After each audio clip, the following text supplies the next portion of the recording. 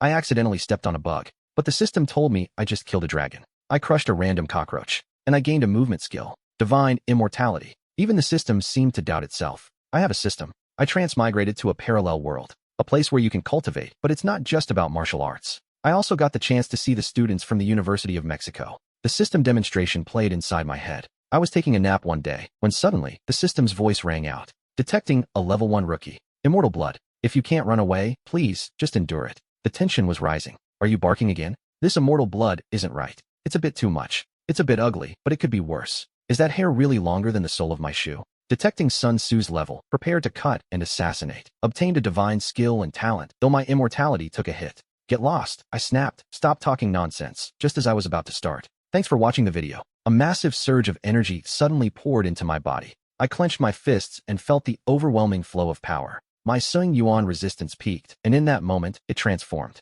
In this world, you absolutely must have Sung Yuan. To cultivate? Seriously, Tom? But thinking about it now, I'm not that person anymore. Am I really that much stronger than commoners who still fear death? I need to stay hidden and focus on my development. My official profession is in education. I'm just a library guard. I'm responsible for managing a few martial arts manuals. I cultivate with extreme diligence, but unfortunately, my natural talent is trash. I trained for a month straight and didn't master a single manual, even though these were all just introductory level. Just as I was heading out for a smoke, a man's voice rang out, detecting a blood trail, and don't forget to subscribe to the channel. The host needs to run fast, or you're done for. You're in serious danger. Do you believe me, or do I really think I'm in Sahoin? Race, Purple Moon Demon. Level, Yellow. Talent, Innate Gift. He's been studying human warriors since birth. Damn it, he really is a yellow level threat. Damn, you actually have some skill, you bastard. The parasite is an object embedded deep inside the skin. I even managed to kill a beast. A yellow level kill against his rank earns a reward. A heavenly martial skill and 20 years of cultivation. Innate level. I burst out laughing right there. They say the entire city of Jiang'a only has 3 experts at that rank. Innate level. I finally have the power to defend myself. Suddenly, I remembered that I gained a new martial skill. Just a moment ago, those martial arts manuals I looked at, they all flashed through my mind instantly. Pure breeze swordplay, 7-star steps, all at grand perfection. After practicing those cultivation techniques inside that mental space, I realized I could master them immediately. A bold idea took root in my mind. Could I actually try it? Could I try to create my very own martial arts technique? With that thought driving me, I headed straight back. I went to the library and threw myself into reading every manual on swordsmanship. Every word I saw was mastered on the spot. In just a few days, over a dozen sword styles reached grand mastery. After thousands of practice sessions, they finally fused together into one powerful, innate level sword technique. I headed out to the outskirts of the city. With my inscribed blade in hand, the weapon became a bolt of divine lightning. It stretched for meters. As soon as I unsheathed it, the air went still. The blade tore through the sky, instantly slicing a mountain peak in two.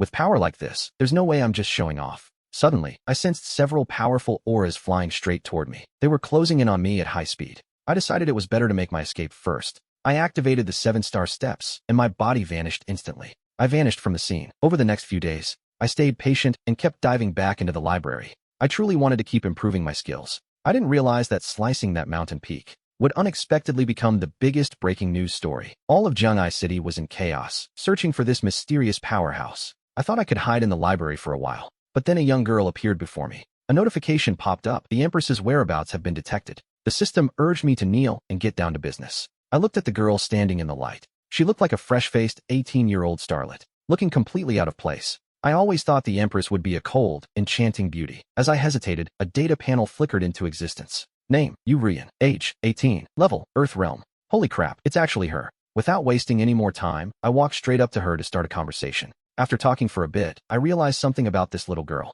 She was completely lost in her own world. Her name is Lu Ruyan, and she really is only 18 years old. Suddenly, a light bulb went off in my head. I finally get it. Everything this system sees is based on how things will evolve 500 years from now. 5 centuries into the future. Even the most common spiders, they all become legendary beings after 500 years. Unbelievable. From now on, when I deal with this system of mine, I need to show it some serious respect. Right now, Rian is just a weakling in the Haute Eon stage compared to me. If I actually went and asked her to take me in as her disciple, I'd look like a total lunatic. People would treat me like a joke. The system's advice felt like a trap, but those Grandmaster rewards are too tempting. I had to find a way to make this connection work. Over the next few days, I followed her in secret, waiting for a chance to win her over. While watching her, I realized Lu Ruyan was one of the most important people I'd ever encountered. She was actually a sword cultivator and the dean of the 5 Paths Academy. Everyone recognized her as the top genius. I followed her until she reached some ruins where she had sliced a mountain in half with a single strike. Is this little brat actually a fan of mine?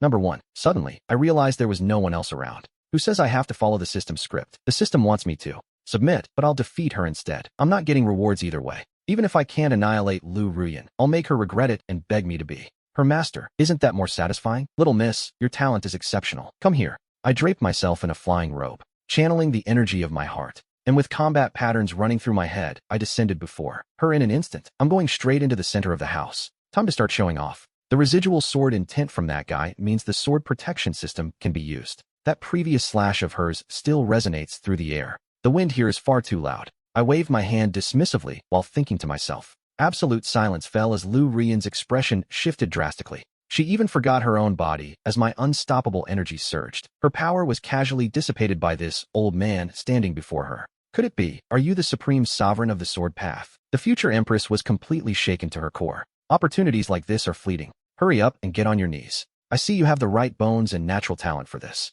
Are you willing to become my disciple? Hearing this, Lu Ruyan trembled with pure excitement. How could such a fantastic chance just fall into her lap? The expert she had dreamed of day and night wanted to take her in. Without a second thought, she knelt and bowed 3 times. The system glitched for a second before notifying me. Damn, the empress actually knelt to you. You're ruthless. Congratulations to the host. You have obtained the divine sword Sihui. You have unlocked the Giri movement technique in a new sword style. The heaven-tearing strike has been granted, along with 50 years of cultivation. Very well, very, very well. Your master prefers peace and quiet. I value my tranquility above all else. What happened here today must never be revealed to the world. I moved on and quickly found a hidden valley to claim my rewards. The treasures triggered by an empress were exactly as high tier as I expected. The moment the divine sword Sihui left its sheath, the very fabric of the universe reacted. The world trembled at the clear, ringing sound of the blade as it sliced through the air. The brilliance of the Sihui sword pierced straight through the clouds, sending a shockwave through the entire cultivation society. Every great power and influential figure within Chiangkai City felt the shift. Then came the 50 years of cultivation energy, a dense, overwhelming surge of true power. It formed a massive vortex of energy that poured violently into my body, forcing my cultivation to skyrocket. I broke through instantly, reaching the peak of the half-step Grandmaster realm. Finally, I drew my most desired skill, the heaven-tearing strike. By that time, the area outside the valley was already crowded with people, including the master of the Five Paths Academy. Even the director of the new armed police had arrived to investigate. The sword energy ravaging the valley kept the other experts from daring to advance. Amidst the crowd, they spotted a figure dressed in white as a dragon's roar echoed. I drew my blade from its sheath. The very void around me collapsed. The sheer killing intent radiating from that woman's death made everyone outside the valley tremble in fear at this living legend. This massive haul of system points was well-deserved. I had amassed my emotions completely. It didn't matter what had happened before. The only thing that mattered was that this task was far too difficult for others. I decided that I, their master, had to go personally to maintain total control. When I reached the central lake, I realized the situation wasn't as urgent as I first thought. Dozens of elite men, armed to the teeth, were guarding the shore. Leading them was one of the only 3 innate experts left in Jiangsu City. Suddenly, a blood-red monster lunged out from the building. It turned out to be a massive water vampire. The 3 great innate powers of humanity didn't hesitate. They instantly moved to engage the beast. One of them was the dean of the Five Paths Academy himself. He fought by relying on everything he had learned the night before. He unleashed a simplified version of the arrow draw technique. Unfortunately, the water vampire was already a match for all 3 of them. Refusing to give ground, the beast let out a shrill cry and sprayed blood. The mist was toxic, and every officer on the scene was poisoned instantly. Even the dean and the other 2 experts were left gravely wounded. At that exact moment, a deep shadow streaked across the center of the lake. I watched as she forced open the gates, tearing through the city entrance with her blade. I won't let my pride as a man be shamed here. My disciple, Lu Ruyan, stepped forward with a supreme strike, carving a massive, bloody wound into the water beast. But that single move exhausted every drop of her spiritual essence. Her sword shattered into pieces as the water lunged back at her. She had no strength left to defend herself. I have wandered this world for my entire life. It seems my identity as the sword god, Gianni, can no longer stay hidden in the shadows. My sword energy travels 30,000 miles, lighting up 19 states. Look, it's the master. I intervened, suppressing the water with its own weight as it surged through the lake. I fueled the strike with a furious, desperate energy. The beast couldn't even move before my divine blade, Sherwu. I struck through its massive frame, and its crimson body exploded into a mist of red water. In its final, veiled gaze, the creature seemed to be asking, how? The system's voice trembled as it announced I had annihilated the golden blood demon.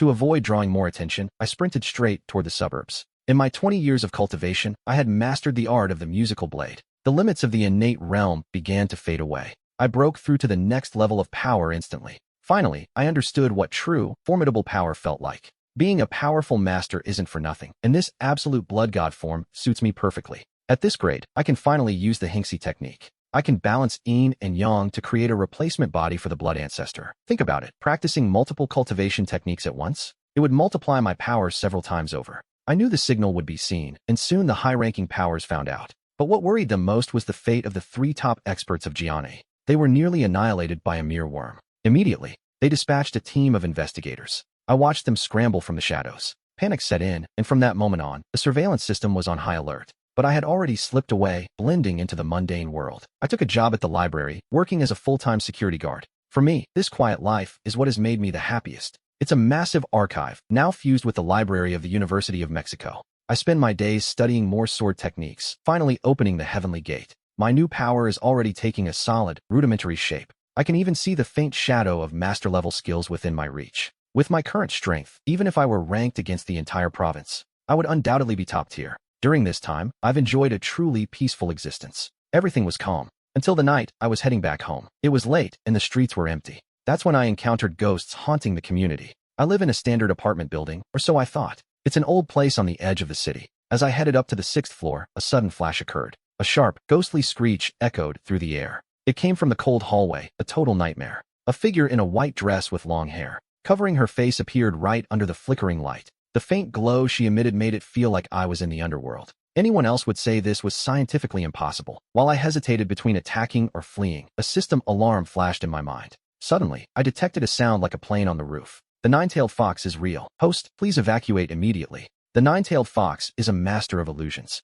I gave her a cold stare. I could see right then that she wasn't human. Are you kidding me? You're insane. A nine-tailed fox level threat. Right here in the middle of nowhere. Did she really think these low-level tricks would work on me? I'll give you 2 choices, surrender and follow me, or become my property. A vest made of sunskin. Death is death. She can be forced, but not insulted, especially not by the future version of you.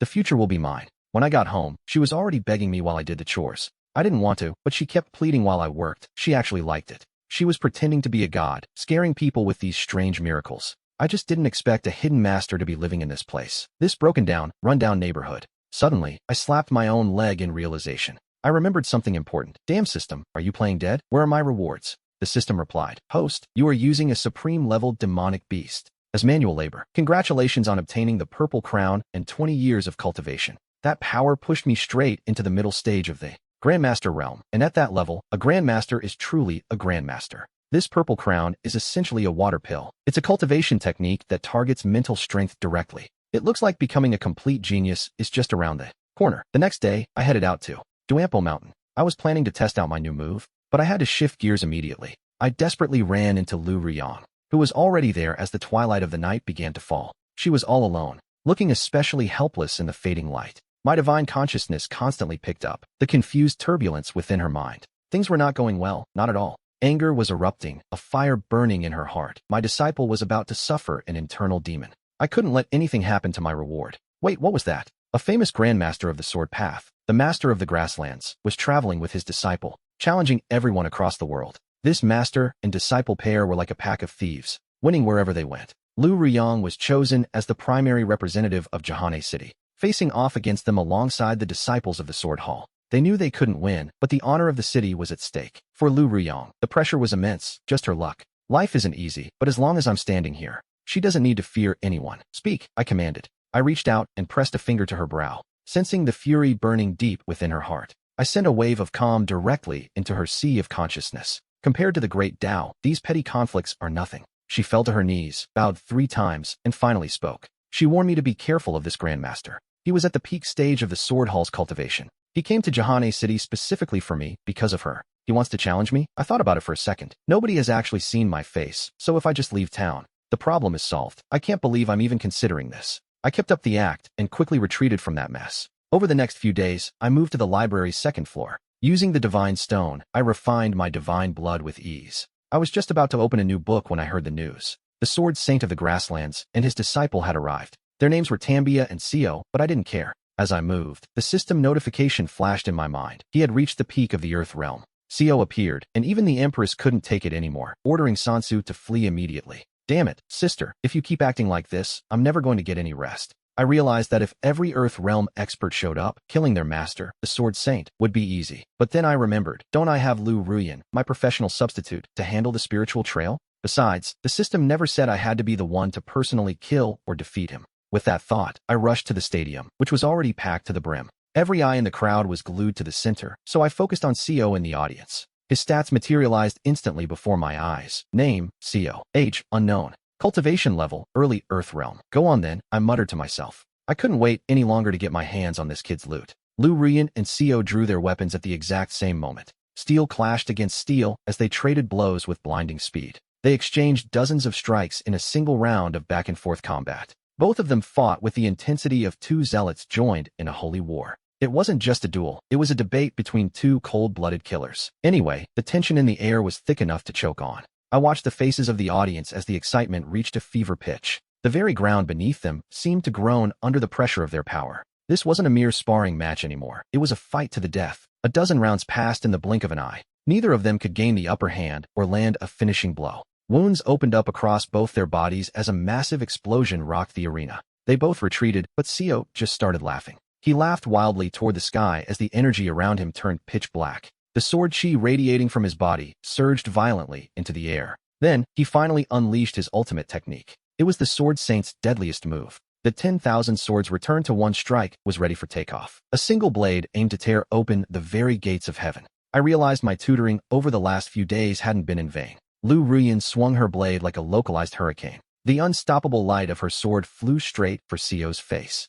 Co countered with the explosion of the red dragon. A thick cloud of dust instantly swallowed the entire dueling field. Minutes later, as the dust settled, the two figures finally became visible. Co stood there with a shattered, broken arm. He was struggling to stay upright. Finally, he collapsed onto one knee. His face was deathly pale, coughing up blood without stopping. Lu Ruyan stood tall, her blade driven deep into the earth. The Sword Saint's victory was now absolute. Could you hear it? Deafening roars erupted from the stands. The entire crowd was screaming Lu Ruyan's name. As for me, I just shifted my posture and slumped back. I sank into my seat, knowing there was no need to worry. It goes without saying that this stupid system of mine must have gone offline once again. After midday, the only thing I heard was the notification chime. I didn't even have to lift a finger to solve the problem caused by the earthquake temple. There were so many people before, but I'll just stay here and catch my breath. A powerful reward of 100 years of cultivation flooded in. It was enough to ascend directly to the peak of the foundation route. One magical step forward. It felt like the end of the world was unfolding in my veins.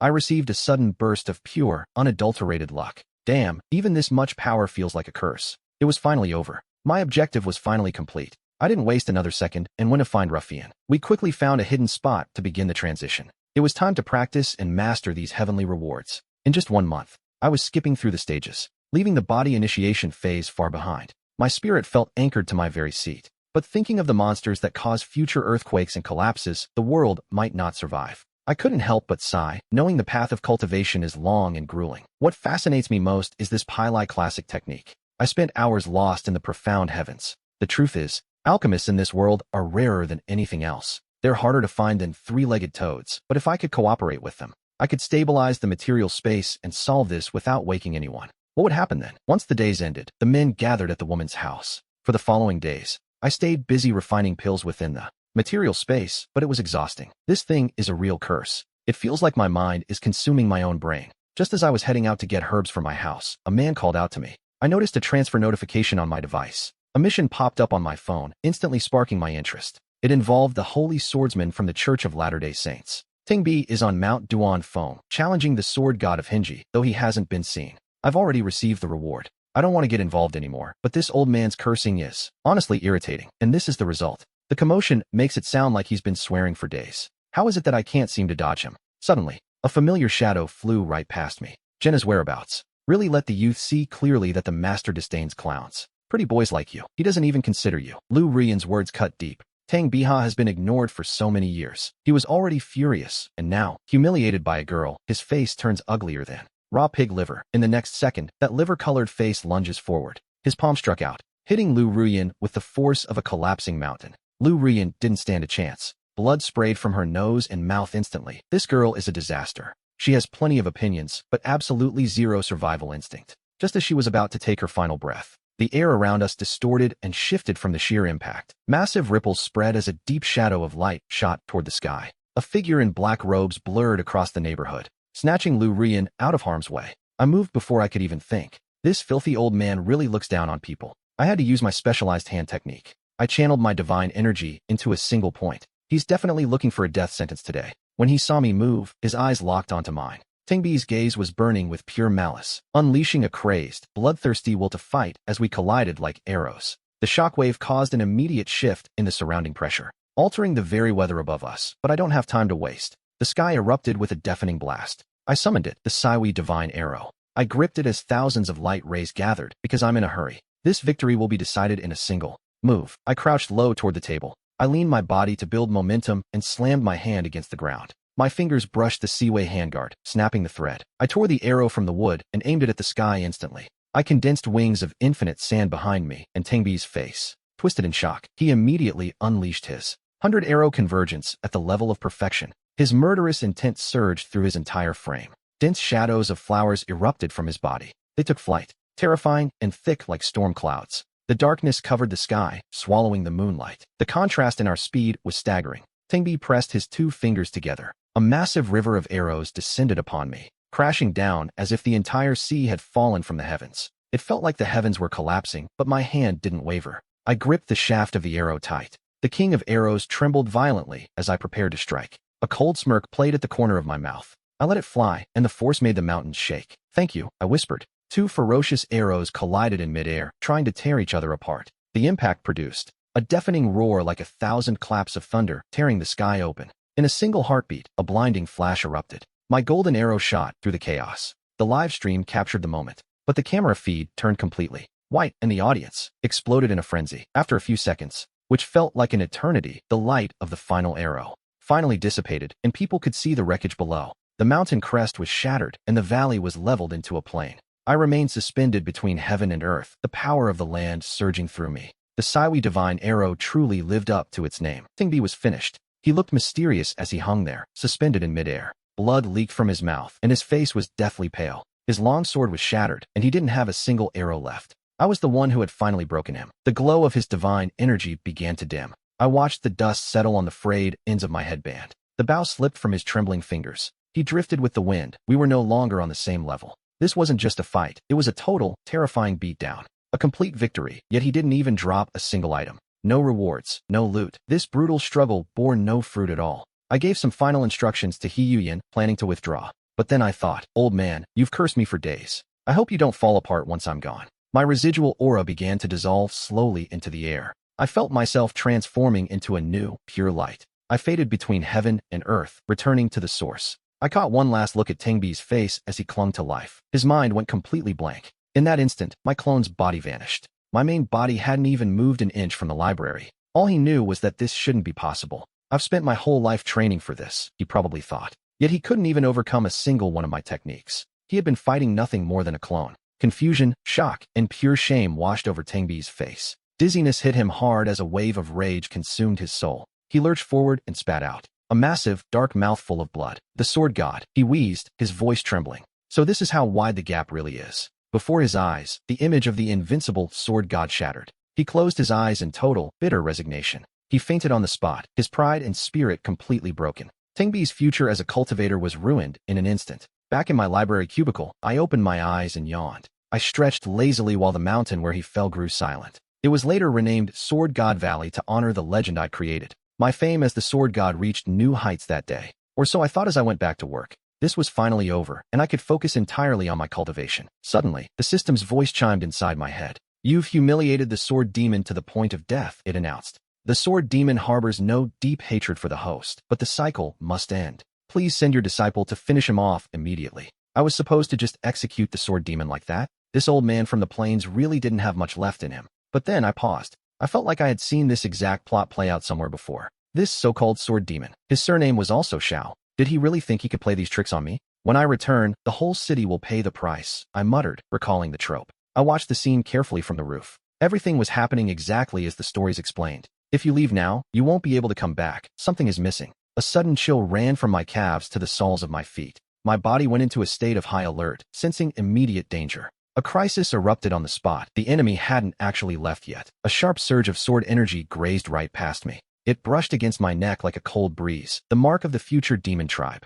The blade had detected its new host. Kill the sword demon with a single strike, the system commanded. Reward, upgrade points. Adding 50 years of cultivation. Ignore all other interference. I listened to the system's transmission while staring down at him. I needed to bury this man and his ghost before they caused more trouble. But when I touched Xiao Guozi's corpse, I felt a strange fluctuation in his blood. A surge of true energy radiated from his right hand. Damn it, there weren't just one, but two swords hidden there. They were like twin stars, bound together in a life and death contract. This old ghost finally had a name I could recognize. I looked at them both, thinking about the massive fortune they carried. The treasures the Sword Saint had hoarded over a lifetime. A lifetime of loot is no small prize, and a grin spread across my face. My hand moved instinctively to the back of my head, feeling the weight of my new gifts. After wiping away the tracks in the room, I dragged the body inside. It was time to send this old man and his disciple to their final rest. I thought back to the water villa, where the groom had died right after the wedding. That was exactly how the demon god made his first move. Everything turned to ash right before my eyes.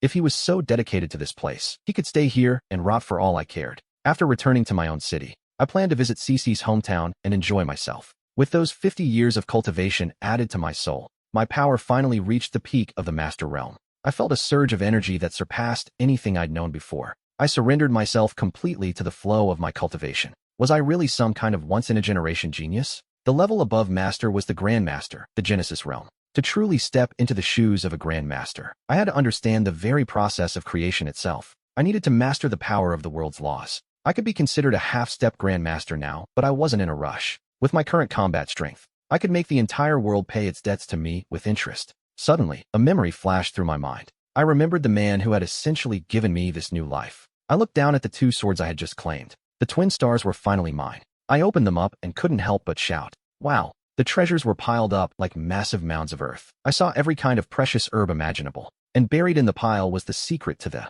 10,000 swords return technique. It was a massive hoard of high-level skills, pure, lethal sword techniques. That master and apprentice duo were basically delivery boys for my success. After all my tireless searching, the art of alchemy was finally paying off. I could see the path ahead, but I couldn't start refining just yet. To craft medicine, I needed earth fire or beast fire. Earth fire is the gold standard, and I wasn't about to settle for less. I thought about the risks, but I knew I couldn't wait any longer. I made my decision right then and there. Tomorrow, I'm heading to the mountain to steal that fire. Beyond Mount Dali lies the most ancient forest in the realm. Ferocious beasts were crawling all over the place, but any small fry that dared to jump out at me, they were dead before they even realized I was there. Xiao Bai and I, one man and one beast, pushed deep into the mountain's core. Eventually, I discovered the bottom of a black valley where a disaster had struck. A pack of wild wolves was camped out there, and right at the front, there it was, a fire-breathing blood demon wolf. Seeing how that demon wolf was evolving, I decided to take its head. I was going to take it down directly. I moved toward the horizon, appearing like a flash of light in an instant.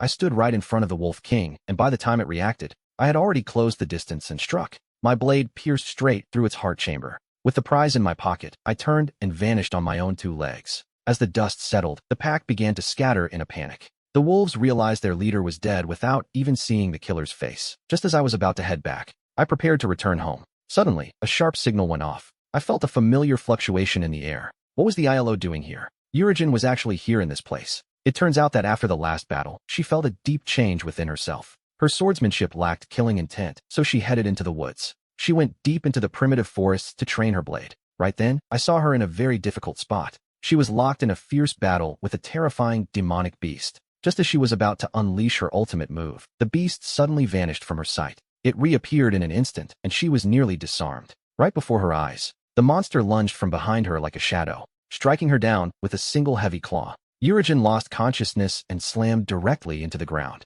Just as she was about to be finished off, a burst of purple sword energy erupted from my hand. It pierced straight through the demonic tiger's massive, bloody maw. I don't know if it was her luck or mine, but I had saved her again. I carried the unconscious Urigen to the side of the path. I checked her over and saw her injuries weren't fatal. I prepared to leave, but something stopped me in my tracks. What I didn't expect was for this girl to take an unconventional path and leave behind a life tablet. It was a wooden tablet belonging to Lu Ruyan, with her history carved right into it. It was clear she was a guardian of the Shanghai Library. Since she still hadn't woken up, I decided to make a quick exit. I moved fast, leaving no trace behind. Within a few breaths, I was already back home. I looked at the demon wolf's bloodthirsty core, layered with raw power. But under the refinement of my overwhelming force, it didn't stand a chance. It began to transform into pure, true energy. Soon, it became a scorching heat that I inhaled directly into my body. Next, I pulled out my medicinal materials. I had everything prepared and ready to go. It was time to start the refining process. I carefully controlled the intensity of the flames.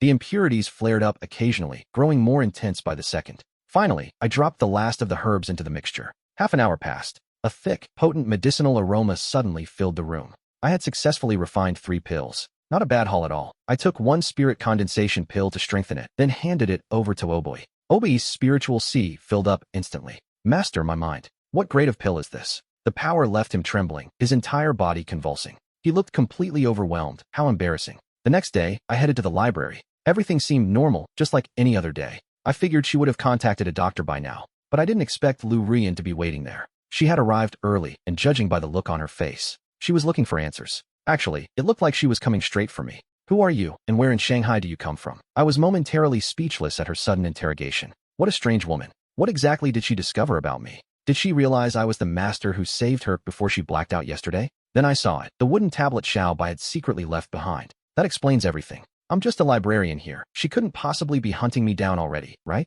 It's not time to reveal my identity yet. I just kept walking, thinking, beautiful girl, what's wrong with you? If I were really related to some god of war, would I still be stuck here in this position? I looked over at Obui and couldn't help but laugh. Can he even handle being a man and standing by my side? My sharp sixth sense kicked in immediately. It told me one thing: don't give her the chance. After Lu Ruyan finally left, I decided to look for some books on alchemy. I needed to compare her illness with my current research. Using the Shintian Pill Sutra, I've already had great success. Even for entry-level stuff, I didn't expect the university's new program to start today. It seems my reputation as an alchemist is spreading. I've become one of the most prominent figures around here. There's no helping it. I have a secret meeting planned for later. I was going to hit the market after work to buy supplies, but then, me, the dignified god of the sword, found myself with no other choice. I was ambushed in the middle of the night. I kept moving along my path. I saw that if I turned down a dead-end street, I'd reach the market in a flash. Suddenly, a spirit sword lunged at me from the front. Bold move. You dare swing a great sword in front of the patriarch? But the moment I shattered the weapon with a single blow, I shouted, no, this isn't good, not at all. A second later, my gut told me there was nothing I could do. Lu Rian appeared right in front of me like a haunting demon. Sword disciple, it was my master who sent me to find you, okay? I won't hide it anymore. I really am your senior brother. Rian, I've seen the senior brother. How do you feel? Master ordered her to find me. I looked at the wooden tablet, clutched in Lu Rian's hand, and then I looked over at Oboi. He was already breaking out in a cold sweat. Fine you. You little rascal, are you making a fool out of me? After finally sending Lu Rian away, I didn't even bother going to the market and went straight home. For once, I felt good. Then, a dark shadow instantly blanketed the entire house. Xiaobai nearly wet himself from pure terror. Master, listen to me. Don't believe everything he says. I felt my strength surge as I reached level 1. With this divine soul mark, nothing will happen to you from now on. You'll have no privacy, and I'll sense every perverted thought you have. I perceive it instantly. Xiaobai's legs are shaking like leaves. His strength failed, and he collapsed to the ground, admitting defeat. The system detects a 9-tailed spirit fox full of malice, yet loyal to me. Give me back my fragments, I demanded. It worked. The fragments began to glow right in front of my face. The shards in my palm emitted an intense fluctuation of life force. They even have the power to resurrect the dead and mend broken bones. This must be the so-called power of the law. The source must belong to a true high-ranking sovereign. It was extreme power. I spent every waking hour researching how to squeeze rewards out of this absolute dog of a system until he finally appeared. A new junior brother arrived at the sect. That day, when I entered the archives, I was shocked by what I discovered inside the library. I had a new coworker, but the instant I laid eyes on him, the system triggered an urgent red alert. The system exploded, detecting the Grand Master of Law and Politics, Lee Kindle. A warning flashed across my vision. Run away immediately. Name, Lee Kindle. Level, 519. I remembered the legends of such power. He possessed the aura of earthly respect. He smiled and said, hello, I'm Lin. Please look after me from now on. I might be acting blind, but standing before this man, I felt exposed. His disguise was flawless, something he wore like a second skin. It wasn't just a mask, it was a complete transformation.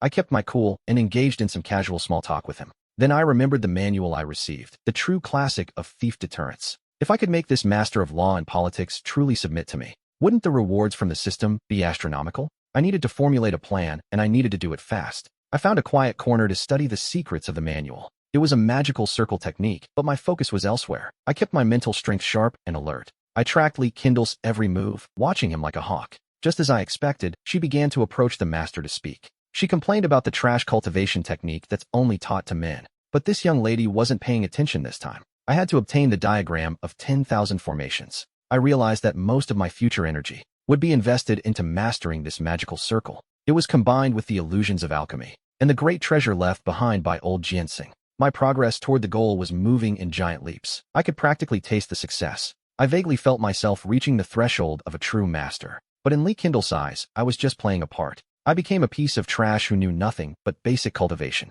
I stayed locked away, waiting for the supervisor to leave on business. Finally, that afternoon, the opportunity arrived. A subtle alien formation entered the range of my divine consciousness. Lee Kindle was preparing to make his move. He set up a massive illusion formation, likely waiting for nightfall. He was searching for the hidden door through his actions. Only one thing bothered me. Why was the energy fluctuating like that? This formation is heading straight for me, and it turns out it's targeting that girl. That bastard Lee Kindle wants to test the formation's strength on us first. The space around me transformed in an instant. It shifted into a terrifying vision of hell itself. Fine, you actually dared to do it. You dared to strike first. I saw through his little tricks at a single glance and used the divine stone to lock Lee Kindle out of the formation. While he stood there in shock, I turned my attention back to the illusion. I delivered a casual, sweeping strike, and a fierce burst of mental energy exploded outward. The illusion shattered instantly. It fell apart like broken glass, and Lee Kindle nearly collapsed to the ground. How? He stammered. How could a piece of trash break my magic formation? He finally realized I wasn't the simpleton he took me for. Thanks for watching the video. With a simple wave of my hand, I caused the center of the formation to shake and shatter into ice. System, congratulations to the host. You have obtained fragments of the Law of Thunder, along with the diagram of the Great Bear constellation. What's your style? What's your goal? You're not just some girl. Are you trying to pin this on me? After my flood of criticism, Lee Kindle stood there speechless. He was completely silenced by my scolding, unable to utter a single syllable. As night fell, Lee Kindle managed to calm his nerves. He snuck onto the third floor of the library. However, he didn't expect that I was already waiting in front of the 10,000 formations diagram. I had examined this core several times already. Compared to the Great Bear core, I didn't even care about its glow. I wouldn't even take this thing as a gift. 3 hours later, Lee Kindle finished his work. He finally bypassed the layers of traps. He stood tall, right in front of the formation diagram. His eyes were shining with greed. Once I master this 10,000 formations diagram, he muttered to himself, you'll see how I punish you, you smelly guard. After that, Lee Kindle went quiet for a while. That day, as usual, I was having breakfast at the facility.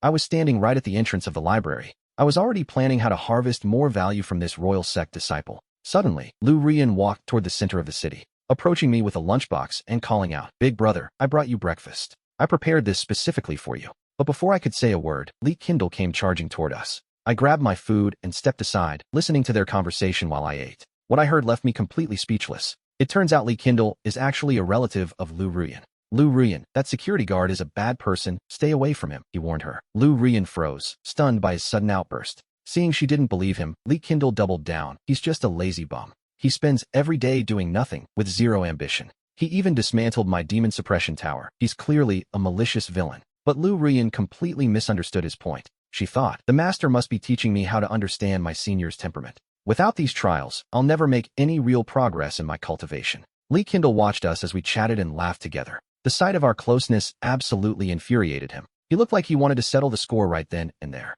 I thought to myself, tomorrow, we won't just be sharing a kiss. After Lu Rian finally left, Lee Kindle stepped forward and barked, I want to challenge you. He looked at me with pure arrogance. If I win, you will disappear from her life and leave the city of Chiang Mai forever. But if you win, I'll bow down and admit defeat on the spot. I smirked, thinking, who gave you this much confidence? Liang Hingru. In this world, a king master can eventually become a great master. If he becomes my disciple, isn't he just handing me another great master? He clearly saw himself as the main character of his own life. But right now, he was acting like a loyal little puppy. We headed out to the outskirts of the city, Lee Kindle and I. He made a sudden gesture and activated a trap he had prepared. I used my system to scan the area and see what he was up to. It was a classic ambush. Are you ready? He asked, his voice dripping with malice. The competition is very simple, he continued. It all depends on how we handle the situation, and which magic treasure holds the most power. The one with the most destructive power wins. In an instant, I made my move. My spiritual energy is the energy of a god. I snapped my fingers in the air a few times and let it explode. A blood-red, demonic formation erupted.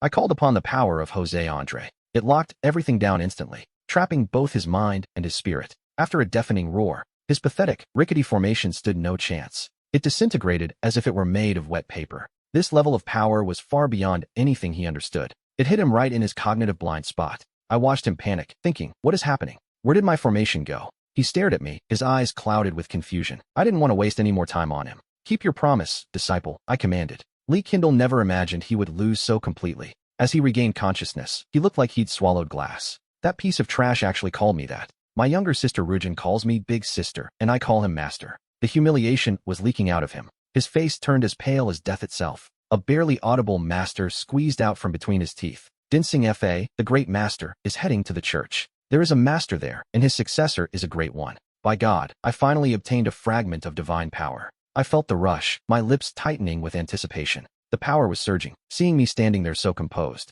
he let out a sharp, mocking cry of laughter. Then he threw himself into a sprint. He didn't look back as he fled from this shameful place. He retreated all the way back home. I was growing impatient now. I focused on the fragment of power. The divine energy hummed in my hand. With this thing, I am the very heart of all veneration. The sky and the stars rule the heavens, and the heavens rule all. With Xenia's help, I can finally establish myself within the communication system. The Great Big Dipper array is now complete. I used the sky as the boundary and the stars as the limit. A 7-level array that unleashes divine laws. Not even those in the supreme realm could escape this with their lives. Fantastic. A true trump card. This was more about saving my own life than anything else. Ever since I started this life, working at the library, I thought I'd give him some time. I expected Kindle to advise me to give up on his channel, but who would have thought? Not only did he show up, but he was with the supervisor. I listened to the couple's conversation while handling the liquid. Indel has quite a background. In this world, the professor is my father, isn't he? In the blink of an eye, evening arrived. I was practicing my martial arts when something caught my attention.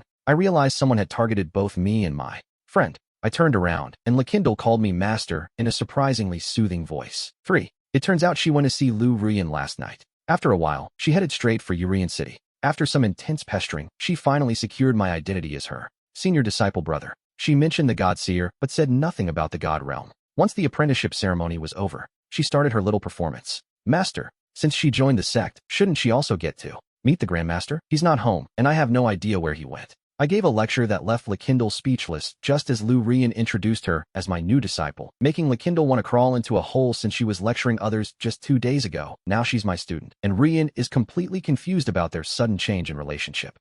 I spent the following days focused on mastering the power of the laws, knowing that at this rate, I'll reach the supreme sovereign level soon, just as news broke about evil cultivators and demons causing chaos and forcing citizens to stay indoors. The spiritual pressure in the air grows more frantic every day, signaling the 20-year beast tide is coming to Gianni. But as I debated leaving the city, a cold shadow appeared at the library entrance holding a malevolent heartstone pulsing with demonic power. I had no words to refute her. It was just a coincidence. Rian, my junior sister, go ahead and introduce her. Little disciple, Ione, aren't you going to greet your martial aunt? At that moment, Lin looked like she wanted to find a hole to crawl into. Just days ago, she was the one teaching others to stay away from me. Now you've become my disciple. This is simply unheard of. Is this something a normal person would even do? The whole situation left Lu Rian completely baffled. Something was definitely going on, yet Aniji didn't dare disagree with her brother. Senior martial brother? Junior martial sister, when Ines, The feelings were sincere, and a deep affection began to take root. My senior martial brother is truly brilliant and sharp. She couldn't find the heart to refuse. It was all a lie. Rian, listen to me. Urich. She watched her struggle with excuses, wearing a look that said, I totally get it. Lakindle finally stopped resisting. She looked like she felt that living wasn't even worth the effort anymore. Over the following days, I dedicated myself entirely to mastering the power of faith. To the country. If I keep advancing at this rate, I'll reach the supreme level in no time. Suddenly, on the anniversary of that woman's death, everything shifted. The news immediately caught my interest. Apparently, rogue earth cultivators and demonic entities have been causing chaos. Citizens are being told to stay indoors to avoid the spreading corruption. I received a new item. Lately, I've noticed that people have stopped visiting the shrines entirely. The pressure in the atmosphere is becoming suffocating. The air feels thinner every time the energy fades. The spiritual turbulence is getting more violent by the second. In this world, every 20 years, it suffers from a recurring plague known as the Great Blight. A massive wave of beasts is approaching. It looked like Gianna was about to undergo a transformation. Just as I was debating whether to step out, a wave of sorrow hit me. It came from the heart of the city. A frozen shadow suddenly appeared at the entrance of the house. Right there in the library, she was clutching an evil heartstone. She was constantly injecting it with a dark, viral power. This is going to exceed any normal person's capacity. It was starting to sprout all over again. Just as I was about to head to the school, I had to make a final determination. As if we were about to seal it away, a hand reached out toward him. Thank you, she whispered. And then, she went for it directly. She grabbed the heartstone with both hands. I thought, Retere, if you're actually going to do this. I couldn't believe my eyes. The hearts refused to separate. In the very next second, I felt the pressure against my fingers and palms. I grasped the man's throat and whispered into the silence. With a burst of strength, I pinned him down immediately. My divine sense locked onto his very soul. Deep within the recesses of my memory, I saw the faces of countless souls. A flood of information hit me, and in an instant, I was finished. I understood the full course of events, so I disposed of the remains. I ran to the second floor and found Lee Kingle's father trying to escape. Tonight is dangerous, so if anything changes, don't hesitate to ring the bell. Use your divine sense. Thank you. Thank you, Incy, I said, taking Joan's stone. I rushed back to this place immediately. Based on the memories of my father and mother, the memories I just obtained, these guards were completely broke. They were nothing but disposable soldiers tossed away during the war, long before the arrival of the celestial realm. Their plan was to destroy the invaders, crushing every obstacle that stood in the way of their survival. They were waiting for the arrival of the celestial realm, and the leader of the entire county, Daman, who had the potential to be a great power, could control the grand formation without even being a part of it himself. He was the assassination target. I couldn't believe it. The official residence of the University of Badajoz. A bloody conflict erupted at the Lee family home that night, lasting until midnight, turning the ground into a river of red. Suddenly, a brilliant splendor flashed across the sky. It descended and finally quelled the catastrophe. By then, the entire mansion district was stained with blood and littered with severed limbs. The carnage was everywhere, and my true law descended upon this world to protect the women. It was a desperate act to save the children of the Lee family, a price beyond measure. When I arrived back at the library, Kindle was already there waiting for me. Master, this is a token of our gratitude. He spoke on behalf of my father, saying, please, accept this gift. I looked at the offering. Damn it, I felt it too. I wanted a supercar and to live in a massive mansion, but I could sense a horde of beasts approaching. The chaos in the center of Chiang Kai-shek City was visible from here. The situation was spiraling further out of control. The higher-ups had already dispatched reinforcements to the city. I was receiving visitors too. Yu Yang arrived at my new mansion with a grim expression. Senior, have you heard of the Beast Tide? The Beast Tide is a phenomenon categorized into 3 distinct ranks. There is the common level, the hard level, and the abyss level. 20 years ago, even a common level tide caused absolute devastation. But according to a secret report, this disaster isn't limited to Chiang Kai-shek City. It is a global uprising. The monsters are swarming across every territory, and the threat level has already hit the ceiling of the abyss rank. Even with the arrival of reinforcements, our chances of victory are slim. The high command in Gemini City is cornered. They have retreated as far as they can, and now they are preparing to sacrifice themselves. Please, pass a message to your senior brother about the calamity in Chiang Kai. Yu Yang looked at me with pleading eyes. I beg your master to come down from the mountain and save the civilians from this suffering. I've lived here a long time. There was no way I could just ignore this. It's impossible to say I feel nothing for this place, even if I try to stay detached. As for the thousands of new beast legions swarming in, they were still nowhere to be seen. I didn't have the confidence to stop them all, not yet. Don't worry, Yu Yang, I'll contact my master as soon as possible. I let out a long sigh the moment he walked away. But as Yu Yang was retreating, I noticed something. 2 sinister fluctuations were tailing me, likely the ones who wanted me dead. It was the same person with the strange fire, who had tried to deceive the library before. A flash of my sword light erupted. It happened so fast the 2 of them didn't even have time to react. Before they could even deploy their defenses, they slammed hard against the ground. I immediately performed a soul search on them. I learned they belonged to an evil sect called the Sect of the Recipient Gods, and their primary target was actually me. They were looking for the sword god of Chiang Kai. Unfortunately for them, the level of these 2 assassins was far too low. That's all I know, alright. I knew I had to intervene eventually. The magic saturating the air was becoming more frantic by the second. The new beasts were affected, turning extremely fierce, and strange beast riots began to erupt. They broke out all across the city. That day, I headed to the outskirts to investigate the situation as I usually did. I didn't want to get involved yet, but as soon as I got home, I felt a pull. A violent atmosphere hit my senses, and I saw my villa had been smashed into ruins. The walls were shredded and the fence was gone. Damn it.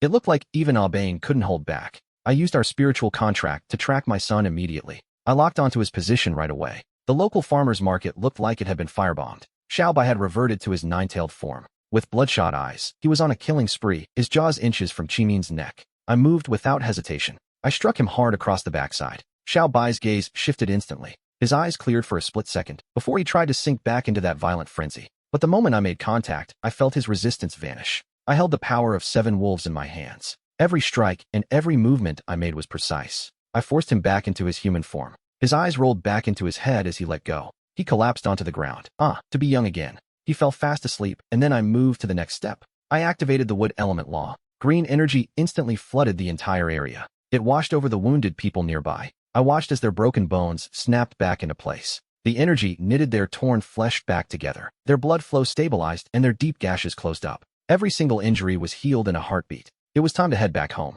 I whispered a quick thanks to the heavens. Then, I carefully began to examine the boy. I needed to see the true extent of Xiaobai's condition. The situation was far worse than I had imagined. Xiaobai's consciousness was a chaotic, swirling mess. If I didn't restrain this hunger right now, he would transform into a bloodthirsty monster before long. I reached into my robes and pulled out a body-refining pill. I began to guide the medicine with my own spiritual energy. Under my manipulation, Xiaobai's body began to stabilize. He was regaining his senses, but his mind was still clouded. I didn't expect him to be in such a desperate state, all because of the massive fortune he had just inherited. His energy was transforming into the power of a god. His true chi began to swell and overflow. The pressure in the room rose drastically. In an instant, a third tail sprouted from his back. His king-level aura shattered its limits. He had ascended to the emperor level. The kid is truly incredible. It was as if he had stolen a manual of the ultimate truth. It was a fragment from the dawn of creation itself. Good, very good. The system clearly knows my current situation is pathetic. It forced the use of the gift pack. At least this thing has some humanity. After checking on Xiaobai, I dove headfirst into the water. I fell into a trance of enlightenment, realizing this manual was the real deal. The truth of creation is the very truth of life itself. And there was more. I now possessed a god-tier treasure trove of knowledge. Methods for tempering every kind of divine weapon were all right there. If I wanted, I could even forge another divine Seaway sword. But to create top-tier weapons, I would need top-tier materials. In my current state, that was just a pipe dream. Wait, I looked at the records for the nine-tailed fox in the tempering backend. Every inch of a nine-tailed fox's spiritual body is a literal treasure. Even its fine fur has incredible utility. My heart raced as I looked at the sleeping Xiaobai. I took the tip of his tail and drew a small amount of blood. I began kneading it, steadily pouring spiritual energy into the white fur. Countless steel needles shimmered with a cold light as I crafted the mechanism for a unique hidden weapon. I was essentially a prisoner in my own work. The blueprint was ready, the pear blossom rain needle. These items might seem trivial to some, but they are impossible for an ordinary person to create. With this, I could instantly kill a heavenly sword master without breaking a sweat. Even an immortal would struggle. In my eyes, they were little more than toys, but I didn't realize yet that these needles would soon become a secret weapon of war, the only way to resist the coming slaughter of monsters in the near future. In the years to come, people will have to learn the hard way through the school of survival. The next day arrived. Yanai was busy from head to toe in the city center, working intensely on the construction of defensive fortifications. A somber mood hung heavy over everyone's hearts. But then, a piece of shocking news suddenly began to spread, sending the entire city into an absolute frenzy. Gianna's sword has returned. Right now, it's supposedly at the Sword God Valley, and I was left completely stunned. How did I not know about this? But looking at that imposing, black-clad figure on the live stream, I couldn't just say he looked like me. He was a mirror image. It was over. I had been replaced by a body double. The citizens went wild, rushing toward the city outskirts, heading straight for the Valley of the Sword God. Even the new headquarters of the military police and the 5 police departments scrambled to the scene to witness the return of the Sword God and catch a glimpse of his divine realm. This fake Sword God didn't bother hiding his aura or presence at all. His domineering sword intent surged outward, spilling out wildly like a cheap performance. The first person to notice that something was very wrong was Liu Bian. The professor has returned to Jia. How is it that even his own mother hasn't heard a word about this? Besides, this person is completely different. His energy doesn't match the professor's at all. The real professor has an extraordinary, ethereal aura, but the man in the sky is acting like an arrogant, untouchable king. He looked down at the people of Jurand on the ground. It was Thomas, the fake sword god. The message he broadcasted was about saving humanity. He had mentioned Shanghai so many times. Now, it was finally time to harvest. He looked like a prophet to them. As soon as he spoke those words, the crowd below absolutely exploded. They celebrated by offering up everything they owned. With a cold snort, the green form sword appeared. Liu Bian's internal energy surged, and he pointed his blade directly at the black-robed man. "You aren't the sword god," he shouted. "I figured you out." He was right. These had to be the henchmen of the divine sect. Are they trying to use public pressure to force me out of hiding?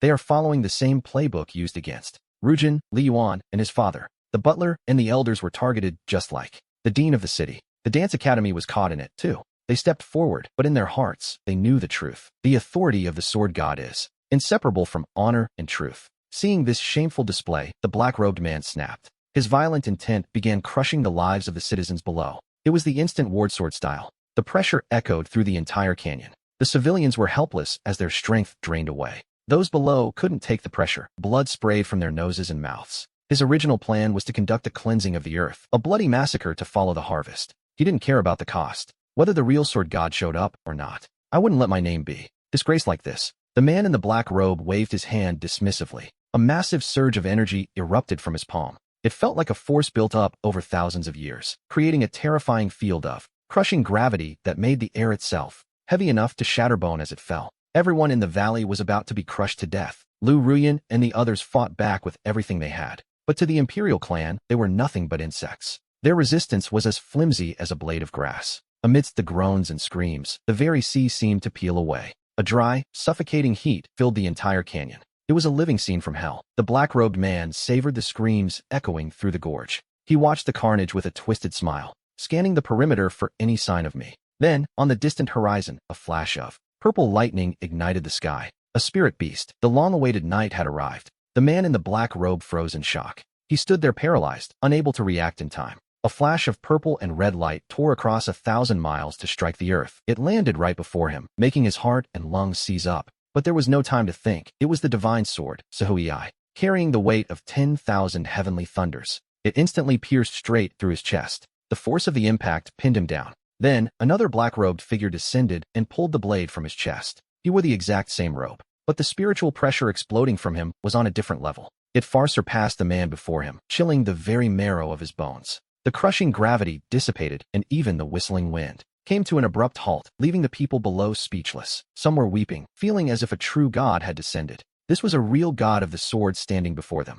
In that moment, I stared directly into the man in black's face. He stared back from the ground with a grim, shadowed expression. The divine sword Sahuiai had completely run him through. Strange runes began to flicker across his skin. They lingered faintly against his chest. At the exact moment of his death, the light of the Shuna runes suddenly exploded. The man in the black robe regained his vitality instantly, as if waking from a nightmare through a rebirth technique. Cheating death, he read the boiling, killing intent in my eyes. Everything was about to be decided by the edge of my divine sword. The blade was inches away from crushing his skull. Right above his head, the man in the black robe let out a desperate, guttural scream. He roared toward the heavens, his voice echoing into the distance. "Lord, save me," he cried, as the space before him shattered and exploded. A figure emerged wearing a golden mask. He stepped forward and crushed my fatal sword strike with his bare hand. I felt a dark omen radiating from him. I sensed the power of the laws. He was on the same level as me. The pressure was unmistakable. We were both at the half-step Supreme Sovereign stage. Without a doubt, taking him down would require a massive effort.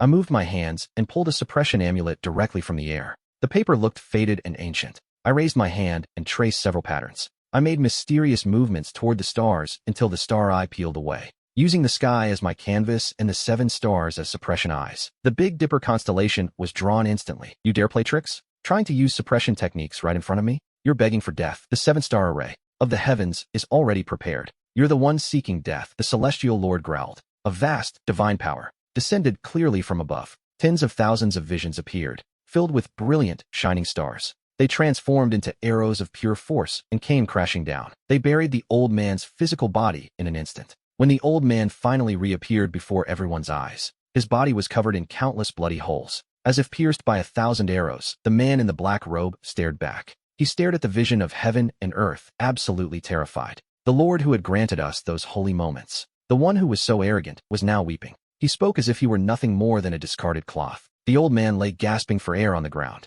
Suddenly, he jerked his head up. A look of desperate cruelty flashed in his eyes. After that mask of despair, he let out a sharp groan. His skin began to tear apart, and blood sprayed everywhere. It erupted from every single one of his pores. For the sake of the Holy Church, he screamed that he wouldn't regret this end. Damn it, this old fool is trying to self-destruct. I vanished instantly as 2 streaks of fire ignited. 1 gold, 1 red, and 1 purple shot straight into the clouds. Down in the valley, Li Daomin watched the sky and froze. Everything stopped in an instant. This was a master-level technique, the kind you only see when a man finds a god to help him. If this cough is what bothers you most, don't worry, I've got this. The explosion was about to tear through the city. The entire city of Gemini was in the blast zone. One wrong move, and it would be completely annihilated. But a half-step Supreme Sovereign doesn't just give up his ultimate move, even when facing a power far beyond his own. He didn't say another word as the silence finally broke. The look in his eyes was more eloquent than any speech. Continuous screams of agony echoed through the terrified crowd.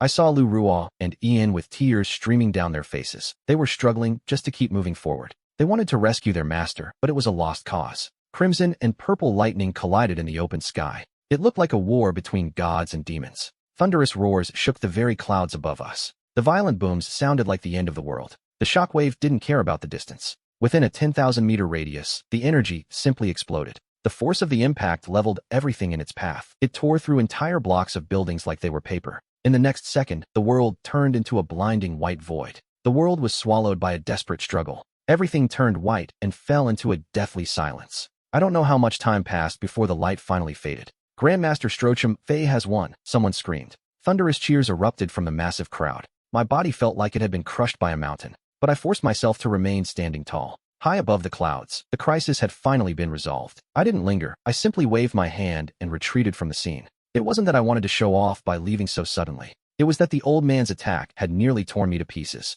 If I hadn't split my essence at the very last second, I wouldn't have been able to resist the brunt of that impact. I would be dead right now, or at the very least, crippled. Even so, the internal damage I sustained was severe. His authority as a sovereign was no joke. The explosion had plunged the entire city into a chaotic disaster. The way he manipulated the fundamental rules of reality, it actually shook me to my core. I knew the real danger was likely just beginning. In just a few days, I would reach perfection in the supreme realm. In the days that followed, the people of Jiang'ai lived with a new energy. It felt as if every day were New Year's Eve. The atmosphere was electric. The previous gloom had vanished entirely. It was gone from the main roads and the side streets. The legend of the sword god of Jiang'ai was being told by every citizen. They spoke as if the sword god himself were standing right there among them. As long as he was here, Jiang'ai would be safe. At that very same moment, deep within the desert plains in the north of the city, far to the west of the Dragon Country, a dark shadow sat upon a throne of sea bones, radiating a pressure 10 times more terrifying than the old man's. The masked sovereign, Wu Fu, had been defeated. Interesting, I thought. Ever since this sword god appeared, I've been hiding. I had been lurking within the illusion of the Tao of Matter. The scene of the old man self-detonating played over and over before my eyes. I watched it until the next cycle began. By the 8th time I witnessed his death, the power of the laws of life within it had been completely understood by me, and my own life force remained unshaken. The moment was finally arriving. I would ascend. I looked out over the residential area of the valley. The entire district was covered by my trick curtain techniques. 2 distinct methods erupted in my palm with staggering energy. The sky roared like dragons, and the earth blazed like a rising sun. This level of power had become my new normal. Deadwood reviving in spring, the auras of destruction and rebirth. They mirrored each other with a faint sense of fusion. This state held steady all through the night, until the red sun rose from the east, and I slowly opened the door. I rubbed my eyes and let out a lazy yawn. At that moment, the vast energy within me began to sing. Spiritual power flowed through my body like a boundless ocean. I had reached a level far beyond what any demigod could resist. I drew my small white sword, and it unfurled with a sudden gust. The people showered me with praise, exalting me above even the sea god. When one person ascends, those close to them benefit too. If you follow me, you won't be lacking for rewards. I finished tidying up the place quickly. Then, I headed back to the library. People wondered why I valued this job so much, since it wasn't a career. But after so many years, it felt less like a workplace and more like my own room. It was my headquarters, and as expected, Lu Rian was already there waiting for me with a detailed report. Despite the challenges she described, I didn't back down an inch. Clearly, this wasn't going to be easy. The Holy Church was much larger than I had originally imagined. They worship the Holy God, and every priesthood is considered a massive honor. Every building stands under his divine guidance. They've successfully slaughtered humans, and the sect is full of hidden masters. I wondered if that old man was their god. But no, he was only one of the venerables. Worse, they have a ranking system of true and false great venerables. After the explosion at Jianghai, the fear spreading through the martial world is real. Their hatred for Jianghai and me, the sword god, will only get more frantic. The rest, I can handle. But this family, exploiting people for no reason, is something I truly can't stand. Besides, the enemy is hidden while I'm out in the open, so I have to stay sharp. I can only hope this stupid system of mine gives me more rewards, especially since I promised Lu Ruyan I'd bring her some. I told her I'd pass the message to my master, but seeing her run back and forth for me, it actually felt pretty good. Still, I felt a little reluctant to let her go. I asked her, "Are you going to my place tonight?" She stammered, "Master, no, the master has something to look for you." Once I finished work, she left on her own immediately. She looked so happy, like a 100-kilo child saying she was going back to school. She fixed her clothes and retreated from the library, but unexpectedly, right as she was leaving, just after I saw Lu Rian off, someone else arrived at her house. It was King Bali, looking completely shaken by the recent chaos. The sword god and the ancient one. The medical formation from 2 days ago, he insisted nothing could be done. He just wanted to bask in his ancestors' glory for a bit, not make things hard for me. But on purpose, he acts very strange. He's much sharper than Lu Ruyan, and if he finds a single flaw, my peaceful days are over. Seeing me refuse him at every turn, King Bali finally gave up and left. But before he did, he pulled out an ancient, weathered book from inside his robes. On the cover, written in bold strokes, were 4 large, imposing characters: heavenly longevity. Something didn't quite add up. I couldn't put my finger on it, but those 4 words sounded like something I'd heard a long time ago. After flipping through the pages quickly, I realized the technique required the user to physically harm themselves. What kind of unlucky kid would actually practice this? You shouldn't be afraid of the good things I bring you. Suddenly, a brilliant idea flashed through my mind. If my clone can self-destruct, then using this technique, wouldn't that be incredible? It opens a whole new door to the unbelievable. Bali, your master hasn't forgotten you. Here, take these innate spirit pills. Thank you, master, he said. I have some urgent matters to attend to, he added, bowing as he prepared to retreat. King Bali realized that she had been played. She roared in rage. Master, aren't you just blatantly lying to me? In an instant, night fell. Lu Rian, along with Dali and Xiaoli, entered my home. By then, I had already shifted my form into the sword god of Jianghai. The moment she saw me, she knelt instantly. Master, why are you wearing a mask inside the house? Little fool, don't meddle in the affairs of the world. Then, she brought me the medicine she had gathered so willingly. I saw they had collected 1,000-year ginseng, 10,000-year ginseng, and Cordyceps sinensis. The rare summer herbs were all gathered right there in one place. But the most impressive item was a red dragon-patterned battle robe. By injecting just a thread of true energy, the dragon pattern would come to life, moving as if it were real. I haven't truly looked after you lately, I thought. You have already entered the innate realm. It is time to create a new martial technique. This is your first divine power. Go back and meditate carefully on it. If there is anything you don't understand, ask your senior brother. This moved Lu Rian to tears. She knelt once more and said, thank you for the teaching. After she left, I stayed home to meditate and reflect on the technique. The theory was actually very simple. I just didn't dare test it with my main body. If this thing exploded, honestly, wouldn't everyone just laugh at me? Thinking of this, I conjured a blood incarnation with power reduced to 1/20th of my main body. I didn't even dare recite the mantra. Using soul induction, I transmitted the method to the clone. Its body instantly filled with blood, and a golden light began to emanate from its nose and mouth. It was a good thing I had set up a barrier beforehand. Otherwise, my hidden cloud hall would have vanished. This self-destruction is terrifyingly fast for anyone at the same level. If their reaction is even a second too slow, they'll be annihilated on the spot. Rian, you've truly gifted your master an incredible treasure. As the days passed, peace in Jianghai began to slip away, until one gloomy afternoon, a subtle fluctuation appeared within the river, a temporal ripple. I snapped my eyes open. I could see them. Fierce beasts, like a tsunami, were crashing against the city's defensive line. The sirens, the urgent alarms blared, and the people instantly remembered the nightmare. The era of being ruled by monsters from 20 years ago had suddenly erupted again. In that moment, the powerful warriors guarding Jianghai moved into action. They've gathered at the front lines, led by martial police armed to the teeth. Old Man Li and his students are there, ready to die for Jianghai alongside the rogue cultivators. They all joined the battle voluntarily, travelers longing for home and warriors from every walk of life. They come from humble origins, but in this moment of survival, they share a single cause. I watched as the dust clouds rose and the shockwaves surged across the land. The horde reached Dali Mountain, charging rapidly toward the city walls. The footsteps of tens of thousands of star beasts merged into one. A dull thunder made the earth tremble, carrying a grim promise. We will die here. We will pass our will to the next living soul to resist this cruel world. Heroes, wake up. Heroes, laugh. Heroes, fight. The commander's war cry echoed, and the battle for Jianghai officially began. I stood on the balcony, expanding my consciousness to its limit to sense the city gates. I whispered, Xiaobai, clear them out. They were ready to face death itself. But a voice in my head said, Master, not yet. I felt a shift within my mind. In the spiritual domain, the enemy's fluctuations were frantic, but hidden among them was an aura even I feared. I took a deep breath. It wasn't time. I needed to see which way the wind was blowing. On the city walls, hundreds of energy projectiles fired in unison. Fireballs exploded into the pack, annihilating the monsters instantly. But there were too many. They charged one after another, trampling the remains of their own kind. The black tide of monsters drew closer and closer. They were closing in on the city walls. I heard the command, Artillery, don't you dare stop. Outside the walls, spirit stone flames scorched the sky, leaving craters in the enemy ranks. But in a heartbeat, the fallen were replaced by a fresh wave of beasts. Only the low-level scum died from the artillery fire. The powerful ones could already shrug off that kind of damage. The king-level beasts charged straight through the sea of fire. Step by step, they encroached upon the city of the living. Colossal monsters began tearing through Jianghai's defensive grid. They reached the very edge. The city's protective enchantment groaned under the pressure. The City Defense Council shouted for everyone to hold the line. Lydia and the others prepared to strike. She and the old man unleashed their true energy simultaneously. A sharp arc of sword light merged with the city's barrier, towering like a blade. It carved through the monsters, leaving nothing but a mess of gore. Blood and flesh coated the ground beneath the army of beasts. But to the horde, this loss was like taking a single drop of water from a well. More terrifying creatures surged forward, enduring the slaughter. Their bodies were covered in wounds, yet they threw themselves at the sword-light barrier like madmen.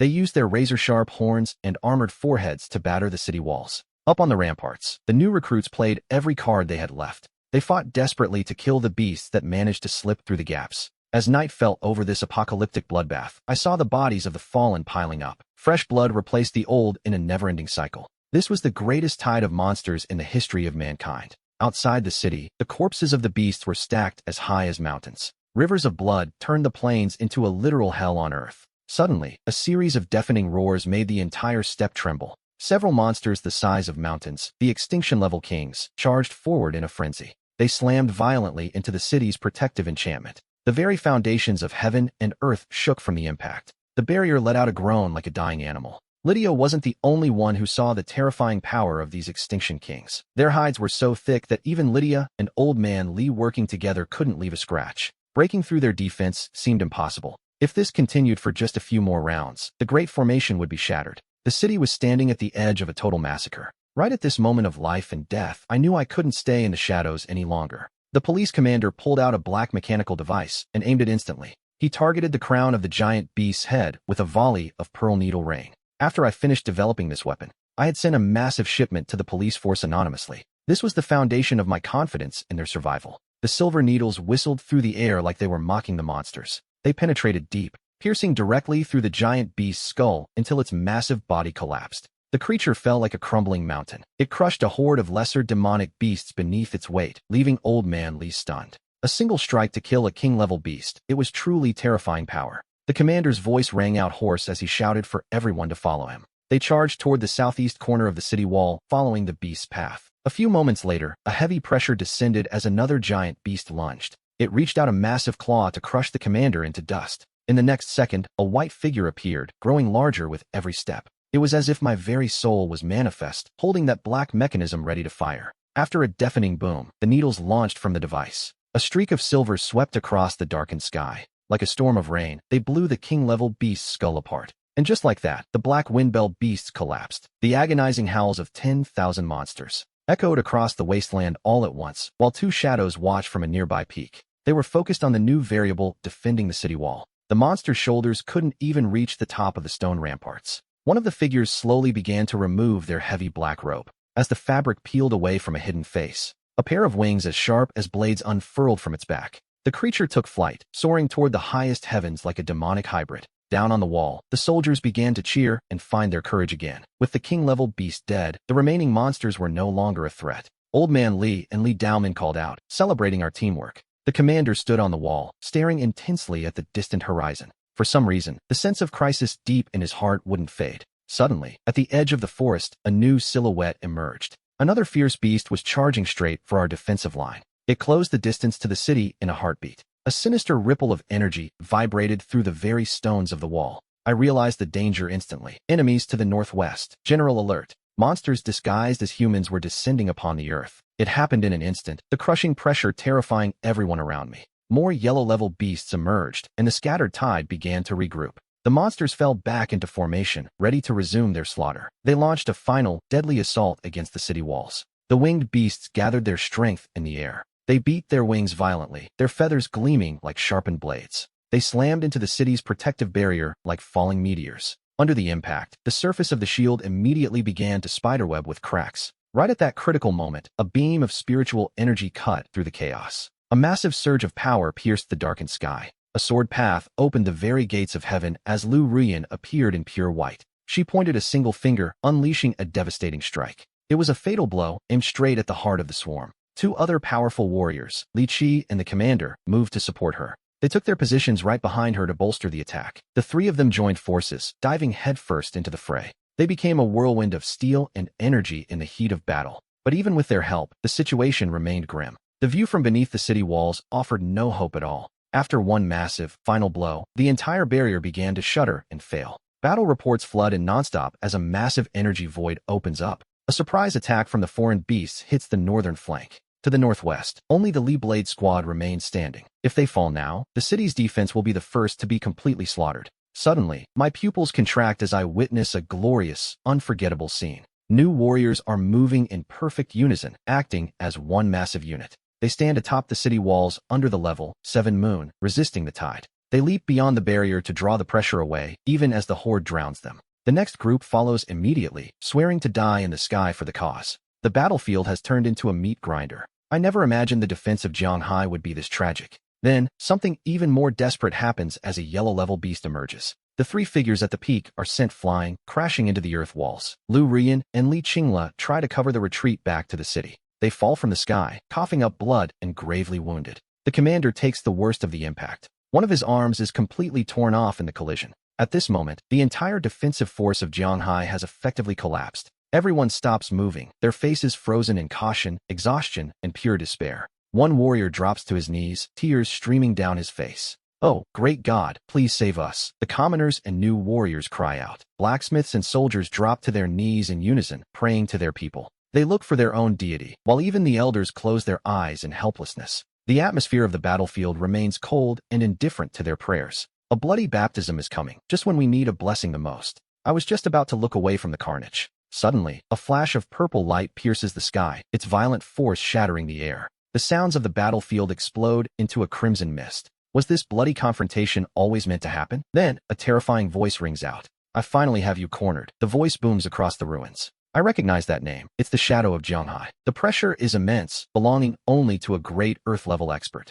"If you don't want to die, come out now." A dark shadow wrapped in black smoke unfurls across the earth. I silently steady my breath as the voice echoes. That aura in the sky, it's the one I recognize most. The fear I felt before came from this person, but I won't let him kill me. I don't hesitate for a second. I rush toward the center of the fray. The Venerable of the Divine Church pursues me closely, demanding my soul contract. The Venerable of the Church of the Saints stands before me, blocking my path. I suddenly spun around and unleashed the heaven-slicing sword technique. My blade, Si Wei, cleared its scabbard in an instant. I wanted to take him by surprise, and I finally made my move. The power of the strike sent the others scattering in a panic. But the shadow caught my blade with one hand and crushed it into pieces. A massive, bloody clock appeared behind him, radiating a sinister night light. Waves of crimson light surged outward from the clock's face. It began pulling at the heavy laws of heaven and earth themselves. My very sense of reason began to flip, and even the sea felt unstable. This Venerable clearly had unfinished business with me. He had already ascended into the ranks of the Great Venerables. Above him sat only the Great Earth Venerable and the Great God Venerable. This man in black, he must be at the peak of a great Earth-level power. Without cultivating the true path, my strength is nothing to him. Against his might, my sword feels like a dry, empty well. But if I can tap into the Tao, everything changes. The Venerable slammed his palm toward the valley, activating that ghastly clock. The sheer pressure made my heart shrink in my chest. The world around me distorted suddenly and violently. I felt my blood begin to boil under the weight of his killing intent. My soul felt like it was trying to tear itself away from my body. I gritted my teeth and rapidly formed the sickle constellation hand seals. A travel formation unfolded, masking everyone from sight. I struck at the Venerable's head, but he waved a hand and summoned the laws of blood. A river of gore and divine light flooded the earth. The energy surged upward like a pillar of fire. It pierced the clouds and shattered the stars above, turning the sky a dull gray. I hadn't even regained my composure before the Venerable flickered in front of me. He slammed a palm into my chest, sending me flying. High above, ripples of purple and red clashed violently. The shockwaves were constant and unrelenting. The pressure only continued to grow. I gripped my divine sword, Si Wei, with everything I had left. Even with my ultimate technique, I couldn't stop his offensive. Within breaths, my body was battered and broken. The power gap was too wide. In 3 minutes, I'd be torn to pieces. As he grew more arrogant, I realized he had stepped right into my trap. This was the exact spot where I had hidden my true blade. Using the heaven-slicing draw technique, I let my power explode once more. I thought, thanks for the opening. But this time, Zhang Hongji and I were one, sharing the same name. We shared the same hatred as I sent a sound transmission. I wish you the same longevity as mine. In the next second, my eyes erupted with a brilliance like the sun in the dead of night. The scorching madness and fear instantly clouded the Venerable's mind. It was an explosive frontal assault that even he couldn't defend against. As I wished him a life as long as heaven and earth, the void collapsed. The spiritual energy of 10,000 soldiers poured into the Venerable's body in the darkness. A radiant sun seemed to be born and then instantly detonated. The shockwave swept through the land, reaching even Jianghai City thousands of meters below. Half of the demonic tide in the sky was instantly reduced to ashes. The city's protective barrier finally shattered after one last effort. It had protected the citizens until its very last breath. But no one complained as the ashes and embers drifted through the air, Fire rained down everywhere, while the people felt the residual energy in their hearts. The sheer pressure made them feel as if they had aged a decade. 10 years of life, gone in an instant. Suddenly, the silence vanished completely. The sword god and the evil demon were both gone from sight. Lu Ruyan collapsed in shock, while Li Qinghe sobbed at the devastating scene. It was a final goodbye. Incredible, master. I didn't expect you to have this skill. Yes, the one who self-destructed was my law body. However, that law body carried 90% of my entire cultivation. Its destruction left me incredibly weak. I must have you. I must have you. I must have you. In the end, there was no doubt left. In this round, Lycandi had made a massive contribution. Suddenly, my brow furrowed as an important thought struck me. System, are you there? Did you crash? System, where's my gift pack? I felt a surge of excitement in my chest. I had finally exploded with divine gear, but as I replayed the system's words, I discovered a weak point. I was gravely injured, and there were no monsters left. At that moment, the city's defense troops were busy cleaning up the mess. Amidst the desolation, a stain of black blood suddenly surged from the earth. It instantly possessed a new warrior. Good thing I kept an ace up my sleeve. Just wait until I return to life. No one in this city will escape me. Ledaemin and the others felt the bloody fluctuation and rushed to the scene. Their faces were ashen, devastated that the sword god's sacrifice failed to kill the demon. With a flick of my hand, it was all over. The enemies collapsed in a disheveled heap. They hit the ground just as the energy dissipated. They were right on the verge of death. A light like a falling meteor pierced through the night sky. It struck with absolute precision, hitting the venerable's crown and turning that terrible red heat perfectly into nothingness. Not a single trace remained. The sight of it terrified everyone watching. What a masterpiece of destruction. I had even managed to kill 2 people while facing off against the great boss of the Earth Path. Is this how they recognize your power abroad? Congratulations to the host for obtaining the Heart of Law. The Law of Fire exploded within me. Once again, I felt the world shift. This world is deeper and more mysterious than I thought. I was hiding the Law of Fire and the Law of Space simultaneously. Even just a moment ago, I launched a heaven-shaking strike despite my weakness. If I master this, I'll be unstoppable. This Heart of Law is something else. It's a rare treasure that can condense the very energy of the world's rules. It provides a massive boost for any venerable trying to break through. With this, my progress is finally set in stone. Celestial lanterns lit up the night sky over Jianhai City as every household honored the gods. But for me, the reality of Jianhai was different. Maybe dying wouldn't have been so bad. If I die, my messy entanglement with the divine cult vanishes. The connection breaks, saving both the city and me a lot of trouble, especially now that Lu Ruyan has become a major player. She began to withdraw after losing her family. Losing her master was a heavy blow, and now she wants to wipe out the entire holy cult for revenge, truly the future empress. But Li Jin is far more cunning than her. He sensed something was off and wondered if it was all too convenient. The next day, he walked straight into the library where I was waiting. He asked if I had really died, or if I had just destroyed a legal incarnation along with the demon. He laid out his logic. The danger was clear, yet I didn't even leave a shadow behind after showing him the eternity of heaven and earth. He noted that I didn't seem sad about my death, and now the prince was at the door, all clues that I was still alive. Realizing I couldn't hide it anymore, I helplessly admitted the truth. I knew you had a bit of intelligence, but now I might have to silence you. I handed him a simplified version of the 7 stars spear technique, the power of the northern stars, condensed. I told him it was a royal gift from my master. The lie worked. He was absolutely thrilled. He patted his chest and swore he'd never breathe a word of our secret. Over the next few days, I locked myself away in a desperate state of cultivation. I focused on my skills, the law of fire and the law of space. After thousands of failed attempts, a faint arrow intent finally flickered on my bow. I poured energy into the arrows until the bowstring hummed with tension. The arrow surged forward, transforming into a divine, howling gale. It was like a blade being unsheathed, a completely different kind of strike. The universe seemed to freeze, then shatter. It fired a collapsing void. Perfect. Earth-level weapons really are in a league of their own. I'll call this technique the arrow that opens heaven's gate. I thought I could finally do as I pleased and shock the world. But a massive, unexpected disaster was already brewing. It dragged me straight into a new whirlwind of chaos. Yesterday afternoon, a middle-aged man stepped out of the Jianhai port. He had silver hair and a heavy, extraordinary aura of sorrow. A bow rested on his back. Could this be the great archer of the Supreme Dragon, Lu Buzhuang? The Supreme Dragon clan is the most powerful faction in the imperial capital. They had sworn a blood oath with the divine cult long ago. They agreed never to interfere in each other's business, but that peace was about to shatter. A few days ago, the young master of the Supreme Dragon clan was out hunting. He was suddenly struck down and killed by a mysterious arrow in Jianhai.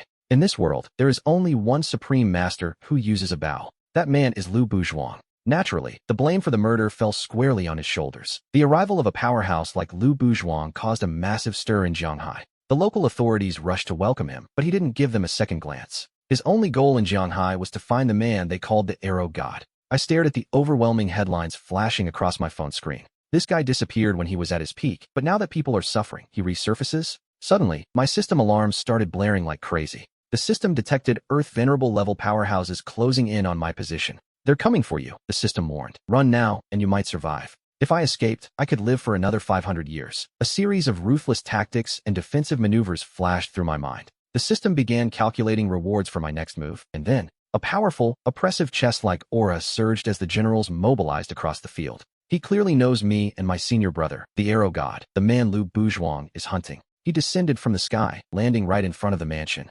Speak, he demanded, his voice cold. What is the connection between your master and the arrow god of Zhanghai?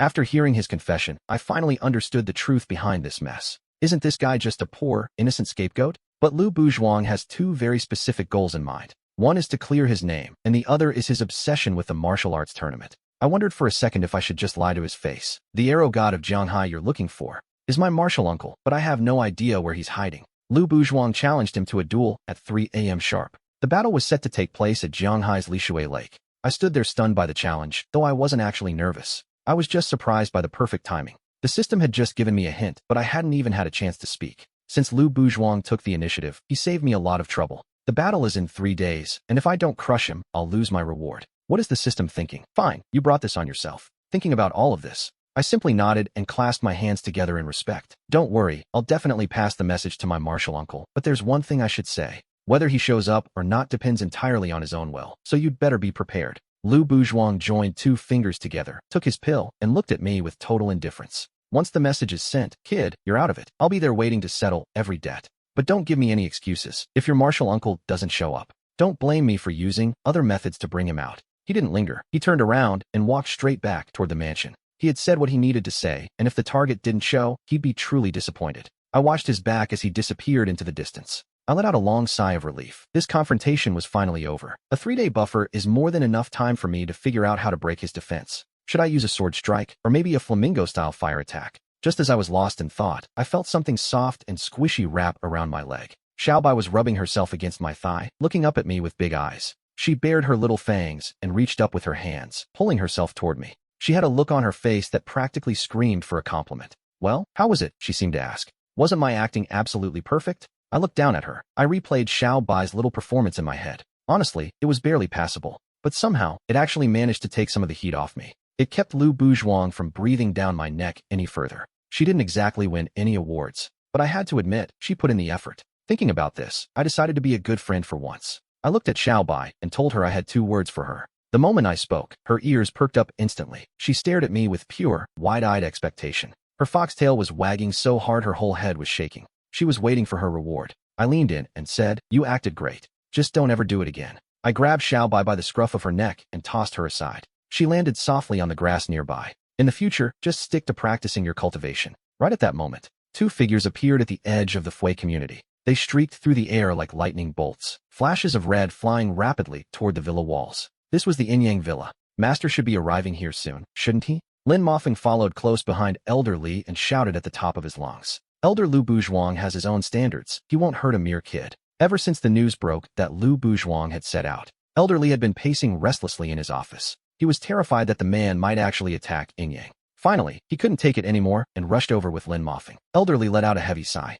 He serves under the seat of the predecessor, Jiang Shun, and this sudden visit from Buzhuang had caught him completely off guard. If he were to cause an offense, the consequences would be unimaginable. This was all for the sake of the Zhanghai ancestor, Jiang Shun. As his disciple, we have to protect him at all costs. Otherwise, how could we ever live up to the predecessor's grace? Hearing this, Lin Mofeng finally understood the weight of the situation. He saw into Elder Li's thoughts, realizing the stakes were life and death. Jiang Shun is truly a man whose depth no one can fully see. He clearly valued Inyang highly. If Inyang hadn't become Jiang Shun's disciple, Elder Li would have taken him in himself. I watched them, thinking about how deep these connections ran. Master, don't worry. The predecessor is the one who gave us our lives. Jiang Shun's debt to Zhanghai is something we can never fully repay. As for Elder Buzhuang, no matter how reckless he is, he wouldn't go that far, right? He won't just lose his mind. Lin Mofeng looked down at his arm and muttered, "If it comes to that, I'll stop him myself." As they spoke, a presence began to loom over the entrance. A crushing, powerful aura suffocated the air.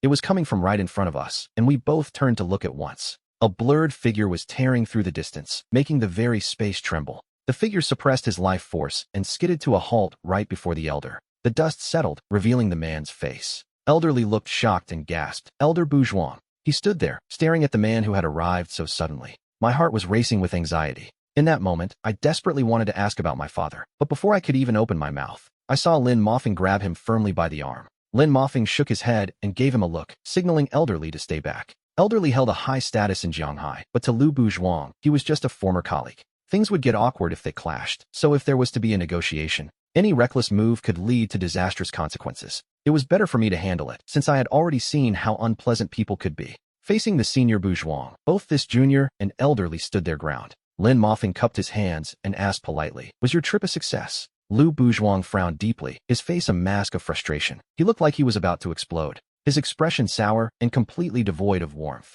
He snorted and muttered, "What is wrong with that kid's temper? He's incredibly stubborn. I've been dealing with him for half the day, and he still refuses to budge. He won't say a word about Jiang Shun's whereabouts." As soon as he finished speaking, Elder Li's face went pale. Even Lin Moffing's composure broke, and their expressions changed drastically as they exchanged a worried glance. This was bad. Did that kid really not say a word? He must know he's dealing with a high official of the Supreme Clan. The consequences of infuriating the Supreme Clan were something no one could survive. The consequences are unimaginable. Lord Bourgeois, Wang Yinyang is still young and new to this world. He's ignorant. If he has offended you, please, show him mercy. Elderly bowed deeply, his aging body trembling as he spoke. "You are magnanimous. Please don't take it to heart. I apologize on his behalf." Lu Bourgeois looked at Elderly, feeling a flicker of surprise. In his heart, he felt it was all in vain. "He isn't worth this much of your attention." "Lord Bourgeois, what's wrong? You should have known this would happen sooner or later." Lin Moffing stepped forward and added, "Grandmaster Jiang Shun has saved us all. He protected Jianghai City many times, walking through fire and water for us. And Yinyang is his disciple, that is all. Don't worry. This venerable one won't stoop to arguing with a mere boy." Lu Bourgeois glanced toward Wang Yinyang's villa and said, "I only wanted to scare him a little, but I didn't expect the kid to be so stubborn. He wouldn't bend an inch. He's willing to die just to protect the Grandmaster's secrets." "My lord, I'm afraid you're misunderstanding." Elderly interjected again. "Yinyang is only a disciple. It's perfectly understandable if he simply doesn't know where his master is." "Enough." Lu Bourgeois' patience snapped. He snorted coldly, cutting him off. "Just a disciple? Do you people still not know? Even now, you try to provoke me. That young man just attacked me. I had to admit it myself. I didn't even notice the invisible shield." They kept arguing back and forth. They looked stunned, wondering if they truly didn't know or if they were just being loyal. Elder Li and Lin Moffing both claimed they knew nothing about the history. I slowly lowered my guard as I realized this sword god is the boy's uncle, his father, and his mother. They all share the exact same bloodline. They are essentially one family, and hearing about his father left him with nothing. I watched Lin Moffing's reaction closely. Elder Li suddenly jumped as the explosive information hit him.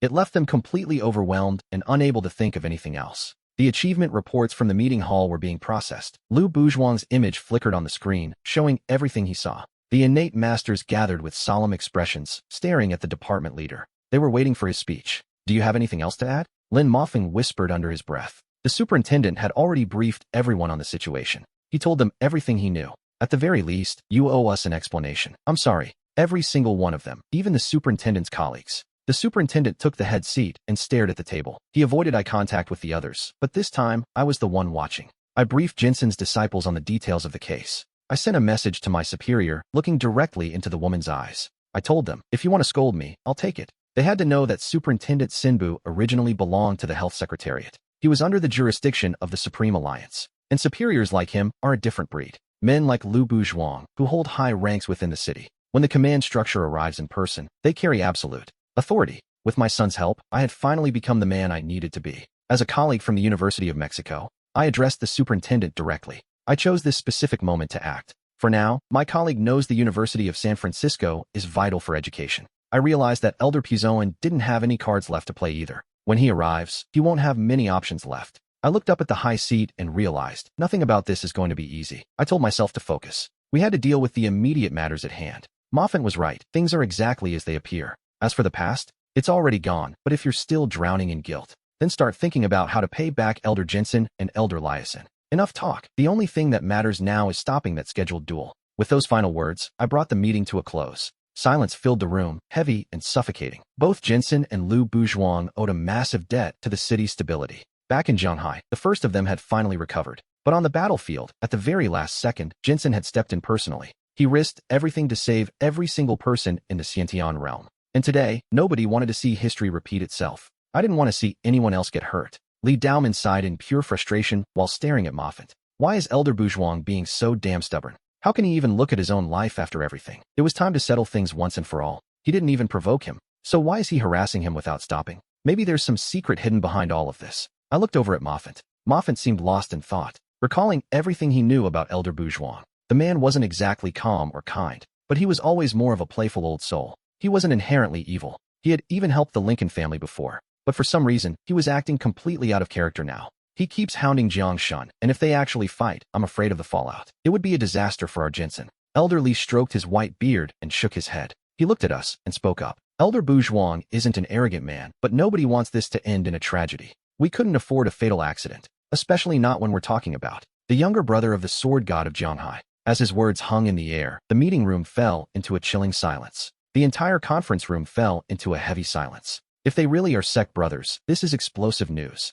The realization made everyone's heads spin with the implications. Nobody expected this. What kind of power is hidden in Zhanghai? To think that Jiang Hongji and Jiang Shun came from the same place. It's beyond my comprehension. Who are the masters capable of training men of this caliber? Li Daoming looked at the sky, rendered speechless by the thought. To produce such skill, it's terrifying. Their master might be above the heavenly rank, someone far beyond our reach. I listened to the discussion in silence, my expression growing stranger by the second. I've known Jiang Shun my whole life. The master says they are sect brothers, I muttered to myself. But that doesn't mean it's impossible. He could be even more powerful than the divine master of this era. Lincoln frowned, thinking a greater divine master was impossible. I couldn't help but reflect on his life and his journey. If anyone else had said it, I wouldn't have listened. But for someone as extraordinary as the master, people would believe it. Thanks for watching the video. Something that extraordinary and sacred wouldn't be useless. Maybe it even had to be something more. An entire sect. But there's a problem. Who is the person saying this? Can I really believe the words of someone with such a fickle character? Is this scoundrel just lying through his teeth again? Li Qingzhou stared at the electronic flask, shock written all over his face.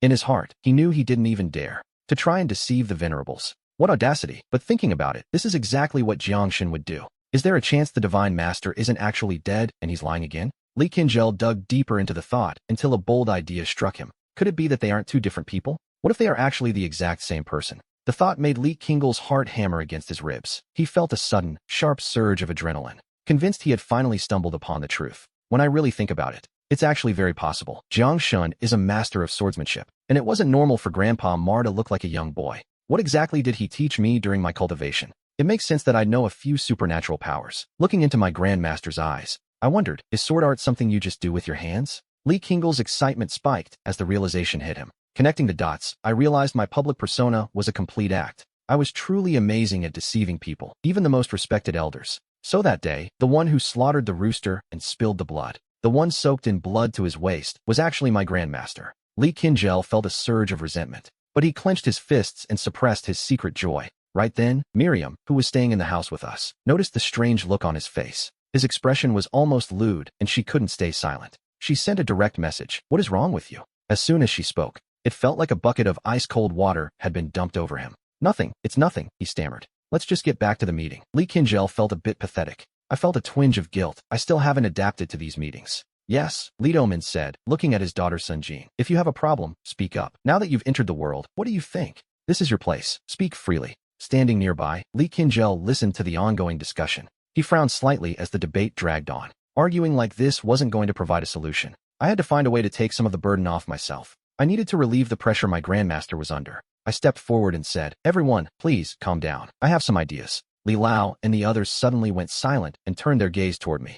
Go ahead, Qingzhou. Speak directly. Don't hold back. Stay calm. I didn't hesitate for a second and gave them my answer. May God bless us all. Please, think about this carefully. This is the reality of the situation. The rules for the contest aren't impossible to navigate. Since Lu Bujuan truly wants to fight the sword god, we can publicize the matter to gather more information. That way, we'll have a stronger voice in the matter. Hearing this, Li Lao and the others stood there, completely stunned. They didn't even know how to react at first. If they didn't speak up now, they were going to regret it. Was I really suggesting we play games with this? After a long, heavy silence, Elder Chui stood by the door and knit his brows in thought. He asked, wouldn't it be a bit inappropriate to make this public? Please, think about what you're saying. You have to be extremely careful with this. His every word carried the weight of his concern. Li Daomin continued his own silent investigation of the idea. No, wait, I said, cutting through the doubt. Think about who Lord Bujuan actually is. He is a high-ranking member of the Supreme Alliance. As a leader of a righteous sect, he is a man who obsesses over his reputation. With the eyes of the world on him, he wouldn't dare act recklessly.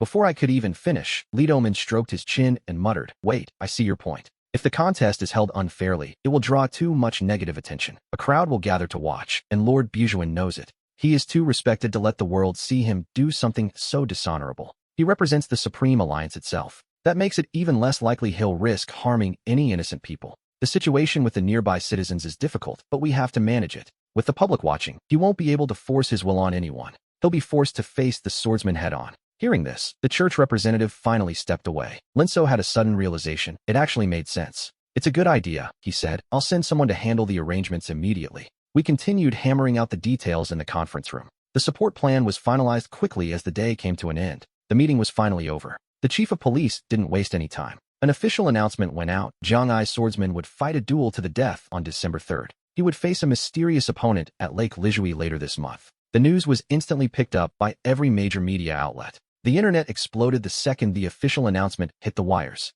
The hype spread like wildfire across the web. It took over the top 3 trending spots, with everyone asking, who is he fighting this time? Meanwhile, Yang was sitting on a small stool, legs crossed, lazily scrolling through his feed. He looked at his phone, and for a moment, even he was blown away. I was surprised, honestly. I thought the new martial police would just reject my request. But by making this public announcement, they completely exceeded my expectations. I turned to Xiao Bai and asked, "What do you think?" But he didn't answer, so I looked over at him. He was tucked away in a corner with a little furry fox sitting on his head. He had his head propped up, staring intently at something to his right. He was completely absorbed in a book. I stood up and crept over to see what was so interesting. I leaned in close, thinking, "Let me see what you're so focused on." As I moved toward him, he suddenly realized I was there and spun around. He tried to hide the book like he was escaping paradise, shouting, "You're not allowed to read this," as he tried to run. I grabbed Xiao Bai by the scruff of his neck, lifted him up easily, and snatched the book away. I looked at the cover, The Art of Acting. I stood there, completely stunned. I held him up as we stared at each other, and I asked, "Why on earth are you reading this?"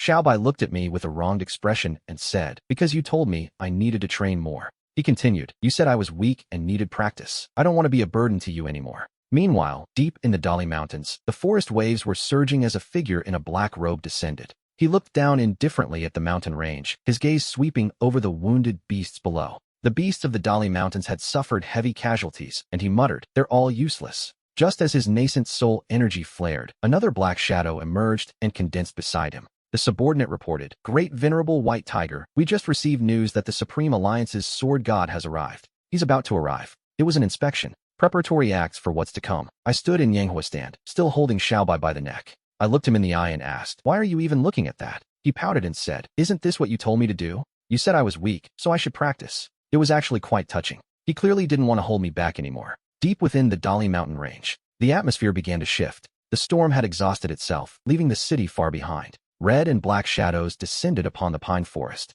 He looked over the entire range, his gaze sweeping across the beasts wounded in the previous battle. The beasts of the mountain range were in a pathetic state. The creatures of Dali had suffered heavy casualties, looking like victims of a plague. "A bunch of useless trash," he muttered as his killing intent began to take shape. His soul transformation energy rippled through the air. Another black shadow appeared and condensed right beside him. It was Sunui, his loyal subordinate, bowing low. The White Tiger Venerable had just seen the report. News arrived about the Great Venerable of the Al-Fatiha Divine Sword. Lu Buzhuang of the Supreme Alliance had already reached Jiang Ai. What the hell is that idiot doing in Jiang Ai? I frowned slightly, wondering what the situation was. The city was a complete mystery right now. The subordinate bowed to the Great Venerable. "According to our intelligence, the Black Shadow was a shadow of light." He whispered that the sword god's identity was known and a battle was set. It was scheduled at Lisu Lake in 3 days. So, this sword god of Jiang Ai is the real deal? He has nothing to do with Lu Buzhuang. The White Tiger Venerable scoffed at the news. "They dared to kill someone from my divine cult in Jiang Ai, and I won't let it slide.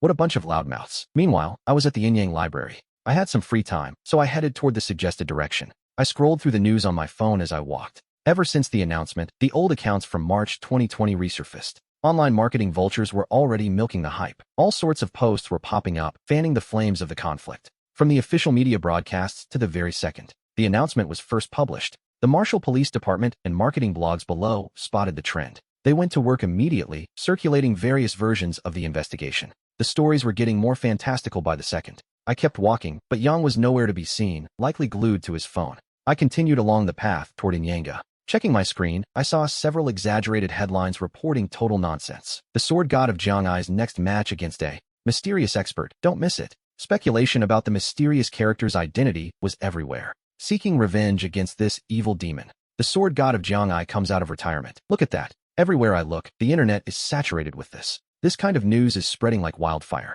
It's becoming impossible to distinguish the truth from the lies after all the chaos in Jiang'ai. It quickly took the top spot in the economic trends. The search rankings were exploding. People inside the city were hyped, and even outsiders were joining the fray. Everyone was desperate to witness the duel between them. The clash of these two grandmasters was all they talked about. By now, every single plane and train ticket to the city was gone. The routes to Jiang'ai were completely sold out. If this keeps up, the Minister of Culture and Tourism will be laughing all the way to the bank with this many visitors. I wondered if Lake Liswa would be overflowing as Yang sighed. But when you snap back to reality and look at the situation, a sudden headache started to throb in my temples. I felt completely powerless against the momentum of the crowd. Suddenly, and for no apparent reason at all, I had been labeled as the #1 disciple of the legendary sword god himself. There was no logic to it, just blind faith from the public. Even Lu Bujuan was out looking for me now. Originally, my only plan was to see Lu Bujuan off. In total secrecy, just like I told you. I wanted to collect the reward quietly and be done with it. But now, since the new Marshall Police Bureau blasted that announcement,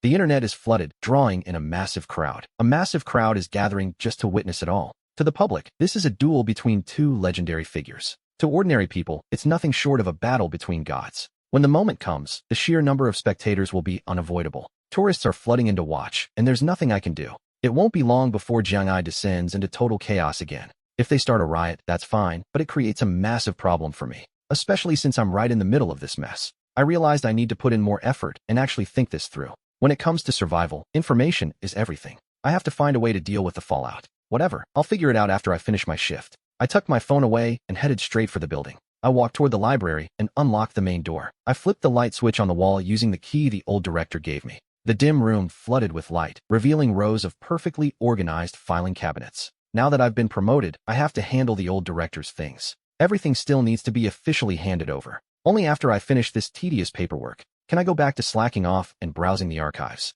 This promotion should be a huge benefit for the community. But being here, if there's no other way, I'll just finish this quickly. The sooner I get this done, the better the day will be for you. It'll all be over soon. At that moment, Master, why do you have that look on your face? Why have you been with him? Why have you been frowning this whole way? Little son, let go of me. The fox approached, brushing against my pant leg as time passed. He was secretly signaling me. Is this about the Lu Bujuan matter? I responded gloomily, lowering my head and remaining speechless. I kept searching for information until I finally pulled out a jade orb. He isn't just some pathetic archer. Lu Bujuan, the little white dragon of Ola Cabe. The results were clear. He puffed out his chest and said, Master, you're so good at archery. Just fire one arrow. You'll definitely win. Just one shot. One arrow. I don't understand. Don't overdo it. I shook my head slightly at the thought. From what I've heard, Lu Bujuan is a true master of the bow. And me? I've only just started. If I rely solely on archery to compete with him, it will be a bit different. Who says you don't care? Why should you even be afraid? Xiaobai shook his body at the worst possible moment. You can just use the divine bow directly. What divine bow? Injang cursed.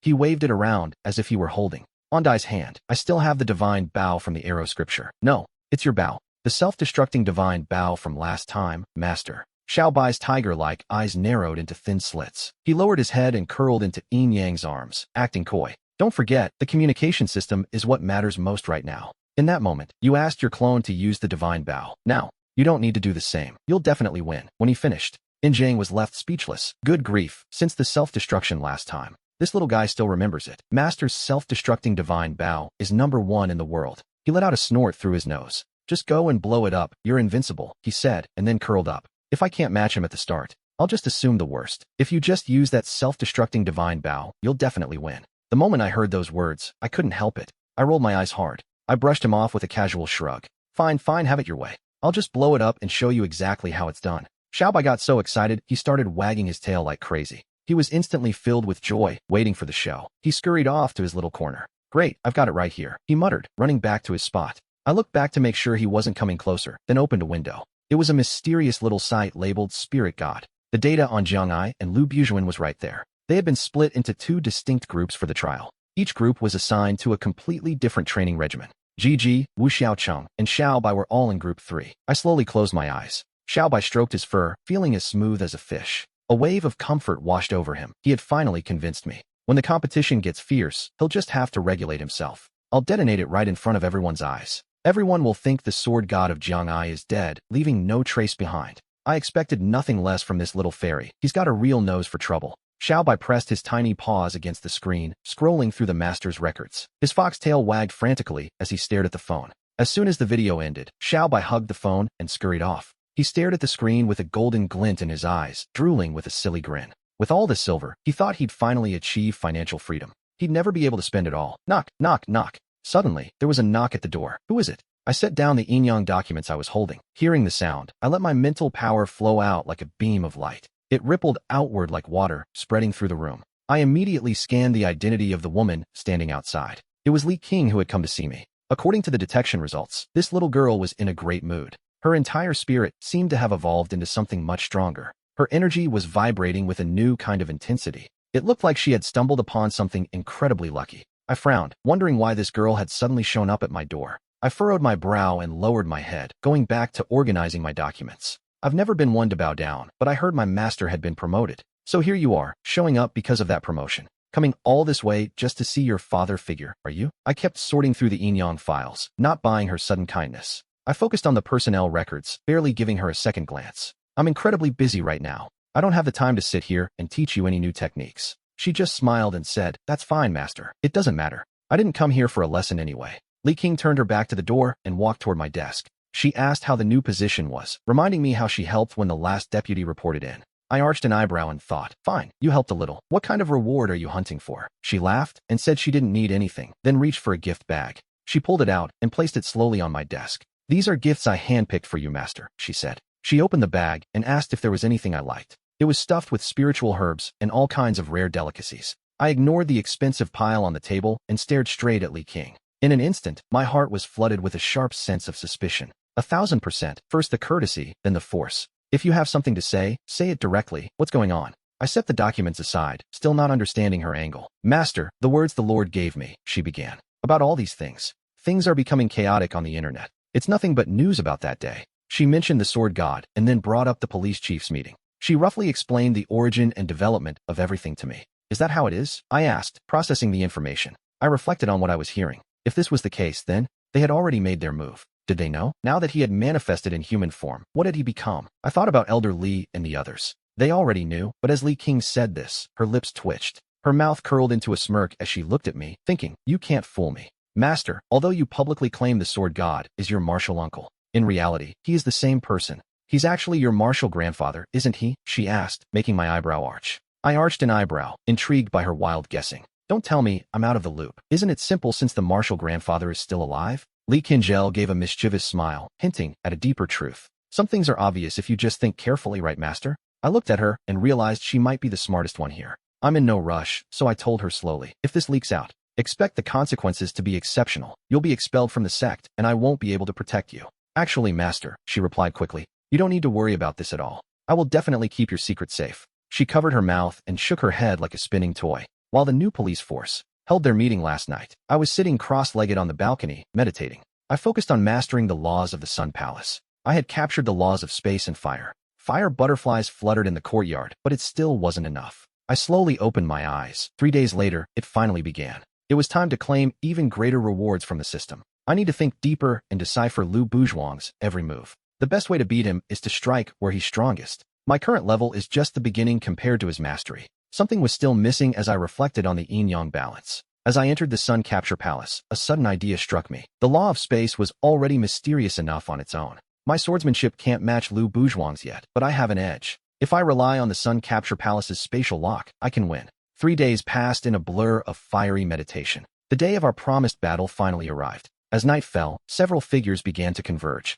They moved together toward our meeting point. It was nearly midnight by the time I reached Lake Lijui. The city was still buzzing with life near the observation post. Crowds gathered everywhere, clutching their swords and weapons. High-powered lights cut through the darkness of the night sky. Even the grassy banks were packed with families watching. Laughter and joy echoed through a night that refused to end. This night should have been quiet, but instead, it roared. In all this heat and excitement, who would be the first to break? When does the fight start? Someone shouted, pointing at the police. The new police department had the entire area cordoned off after the Third Ring Road hit a total standstill. Foreign enemies were everywhere, and rows of armored vehicles lined the streets. The police units were deployed in a massive, unbroken formation. They created a hard dividing line along the path to the water. Officers struggled to maintain order as more spectators flooded the distant roads. The crowd heading toward Lake Lijui was endless, stretching back for miles. The line of people had already backed up several blocks away. The police chief stood by the lake, his hand gripping the door of his vehicle. He keyed his communicator with a grim expression.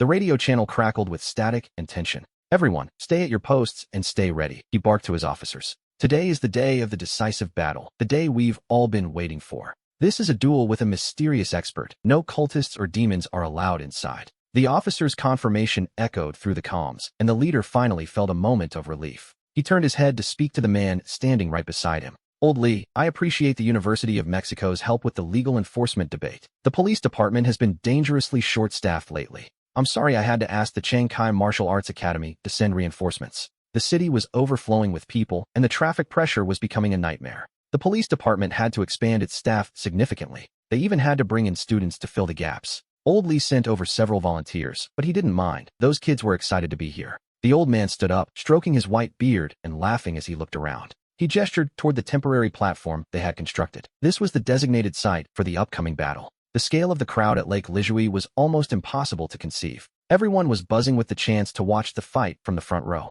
Old Lee looked out at the massive sea of people and paused. He let out a long sigh, staring at the smooth surface of the lake. "Not since the last battle against the demons had we faced such a major threat. Time really flies, doesn't it?" the old man remarked. Tom Lingwood nodded in agreement. The excitement radiating from the crowd was palpable. Even the people around me felt overwhelmed, remembering the last time the sword god of Jiang'ai appeared. It had been a long time since that incident with the horse demon. The red-eyed Blood Valley incident still haunted everyone's memory. There had been plenty of aftershocks and rumors following that day. It happened right here at the lake, where the sword god unleashed a single strike. I personally killed the red-eyed blood horse, watching its filthy blood splatter across the water. That battle at Lake Lijui, it sent the entire city into a state of pure panic. Ever since then, Lake Lijui has been a ghost town, the old man recalled. Master Hinga had to do a lot of convincing to get people back here, didn't he? Old Lee turned toward his colleague and shook his head. "You were so worried back then. It took a massive effort to fix this." Hinga's colleague smiled bitterly, remembering the red-eyed blood horse's death. "Even with the lake looking this calm and flat now,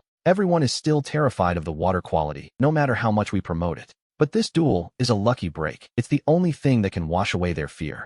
The citizens will back the sword god unconditionally in this fight," Old Lee said. He looked at the sky, but a thunderous roar of cheers suddenly cut him off. As the supervisor of order, Tom Lingwood frowned, ready to take control. This wasn't just some casual resting place for the crowd anymore. Old Lee smiled and followed the sound of the cheering until he saw her. There was Lee Kinjel, flaunting her slender figure in a pink cheerleader uniform. She was surrounded by beautiful women, all waving gold and red pom-poms. They were impossible to miss, especially with that massive banner. The cheerleaders looked toward the night sky, desperately waiting for my arrival. With drums and gongs echoing, the hype reached its peak as they waited for me, Jiang Shun. Taking in this scene, Li Ying knew this young lady's reputation was about to skyrocket. She turned to the girls behind her, her energy electric. "Everyone move," she commanded. "Make more noise. It's still too quiet." Time flew by as the crescent moon climbed higher into the night sky. As the clock struck 10, the designated hour of our duel, the massive crowd by Lake Lijui suddenly fell into a dead silence. Every eye turned toward the heavens, waiting with bated breath.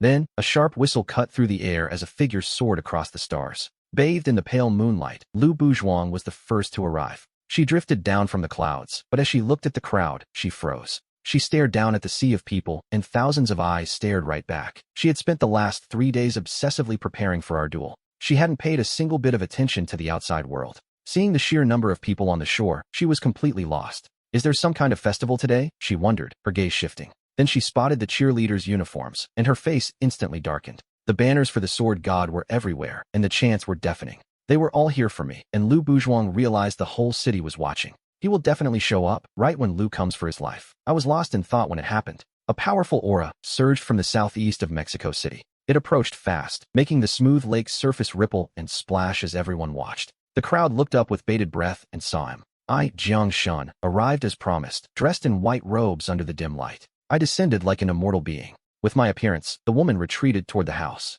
The crowd below erupted instantly, shouting, "He's here, the god of the land. The sword god has finally appeared. Victory is ours." Meanwhile, thousands of miles away in an apartment, the TV broadcasted the scene in real time. Xiao Bai wagged her tail and jumped in front of the TV, whispering, "Master, keep your promise." She stared at her phone screen, watching the betting odds skyrocket the moment I appeared. The sword god's win probability hit its peak. If I won, she'd be rich and free. Xiaobai stood before the TV, her heart racing with excitement. Back at Lake Lijui, the cheers of the crowd had reached a fever pitch. Lu Buzhuang ignored the noise, crossed her arms, and frowned at my white robes. I toyed with my sleeve and said, "I heard you've been looking for me. I hope you'll stop pestering me after today." Lu Buzhuang shook her head with a hint of guilt, remembering her reckless actions from days ago. "It was a desperate move," she said. "I'll compensate you, so let's stop the nonsense and begin." I calmly drew my yin-yang blade and said, "Let's keep this fair and start now." Lu Buzhuang replied, "One strike is all we need to decide this." Victory and defeat would be settled in an instant. The lake's surface suddenly glowed with a blinding light, forcing everyone to cover their eyes.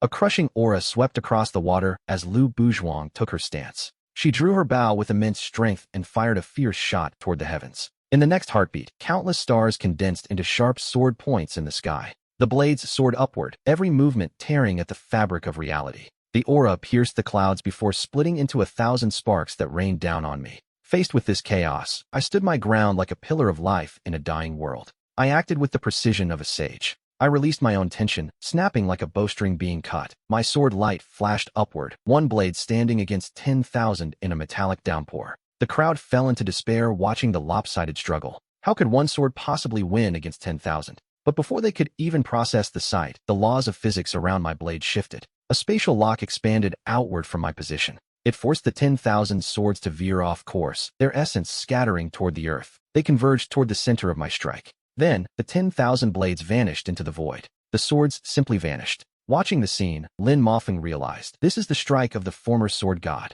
Lu Buzhuang watched as her ultimate technique, the pride of her human world, was effortlessly drawn in by my blade. She stared at my yin-yang sword, completely stunned. "You said you would strike," she stammered, "but you just took all my swords." Countless lights returned to the void, disappearing without a single trace. The night sky cleared instantly, letting the moonlight shimmer across the surface of Lake Lijui. The tranquil water now perfectly reflected the stars above. The flying sword lights were gone, swallowed by nothingness right there by the lake. The people on the shore looked up, their emotions too intense to process what they'd seen. It took a long time for the crowd to calm down, especially Old Man Lee. After witnessing this display, he realized the true gap between them was invisible to the naked eye. He finally understood just how powerful a being I really was. Only a monster like me could have taught those two disciples. Tong Lin sighed in pure admiration, drawing 10,000 swords with one. That's a master stroke. The sword god truly lives up to his reputation. Lu Buzhuang is a supreme who has mastered 100 schools of swordsmanship. A serious strike from her should have been enough to shatter mountains. It should have split rivers and sent shockwaves through the world. She came at me with everything she had. But then, as the sword god, I struck back with a single blade. I neutralized her move effortlessly and completely suppressed Lu Buzhuang. Now, there was no question who was stronger. It was obvious. My power was simply undeniable. Li Qingzhou looked up at the clear blue sky and shouted in awe. He couldn't calm his racing heart after seeing 10,000 swords return to one. The energy had soared toward the heavens. The moment I draw my sword, even the most elite sword dancers are overshadowed. If anyone dared to launch a blade at me now, they wouldn't even be able to get close. Their own weapon would be swept away instantly, caught in the flow and turned against them in a display of true mastery. Li Qingzhou realized my victory was already set in stone. He turned quickly to look at his companions as the surroundings fell silent. He gestured for them to continue, asking, "What are you doing? Keep the performance going." The cheerleaders snapped out of it and began dancing with their gold and red flowers. They chanted the sword god's name over the roar of drums and gongs as I stood calmly. At that exact moment, thousands of miles away, back at the villa, Xiaobai sat glued to the TV, her small eyes wide as she watched the live stream. She gripped her phone so hard she nearly crushed the screen. She hissed under her breath, "This Lu Buzhuang is absolutely useless. The fight just started and her sword is already being dragged around by Master." She grabbed her head in frustration and crouched on the floor, staring at her phone. Things were looking bad, and she knew it. She watched the betting odds between the sword god and Lu Buzhuang on the screen. The gap was widening by the second as people poured money into the sword god's victory. The safe bets were already firmly in the lead, showing a continuous upward trend that wouldn't stop. But she had bet 10 times her usual amount on Master losing, and the consequences were terrifying. "I'm just a humble servant who barely managed to save up some pocket money," she whined. No, Master, hurry up and lose on purpose. Otherwise, this slave is really going to lose everything and die," she muttered, pouting her lips. She sat on the floor looking like she was at a funeral, her tiny eyes welling up. We had clearly agreed that I would expose my own identity and lose. "Master, you aren't following the script. You tricked me," she cried as the air on screen began to ripple. A quiet spatial crack gradually expanded like a tunnel, drawing everything into the void. The moon of Menglong turned out to be the law of space itself. Lu Buzhuang narrowed her eyes at the sky before relighting the lamp in front of her. The amateurs were just watching a show, but the experts saw the truth. This was the law of space, the most elusive of all worldly elements. While others master wind, water, or fire, space is the ultimate affinity for a cultivator. Mastering it changes everything for a human being. It provides a massive boost that has been sought after throughout history. Anyone who wants to achieve true greatness in the martial arts must use the law of space as their foundation to cross the Dragon's Gate. That was her goal, to make the entire planet fade into her control. But I wasn't just using the law of space, I was wielding it with terrifying skill. I had sealed the space around the foundation stone as if I'd been practicing for years. No wonder you can fight that dead-faced pig, Lu Buzhuang muttered. She turned her attention back to examining her lamp. In her mind, my danger level spiked instantly. She realized that for me, Jiang Shun, to master such a law,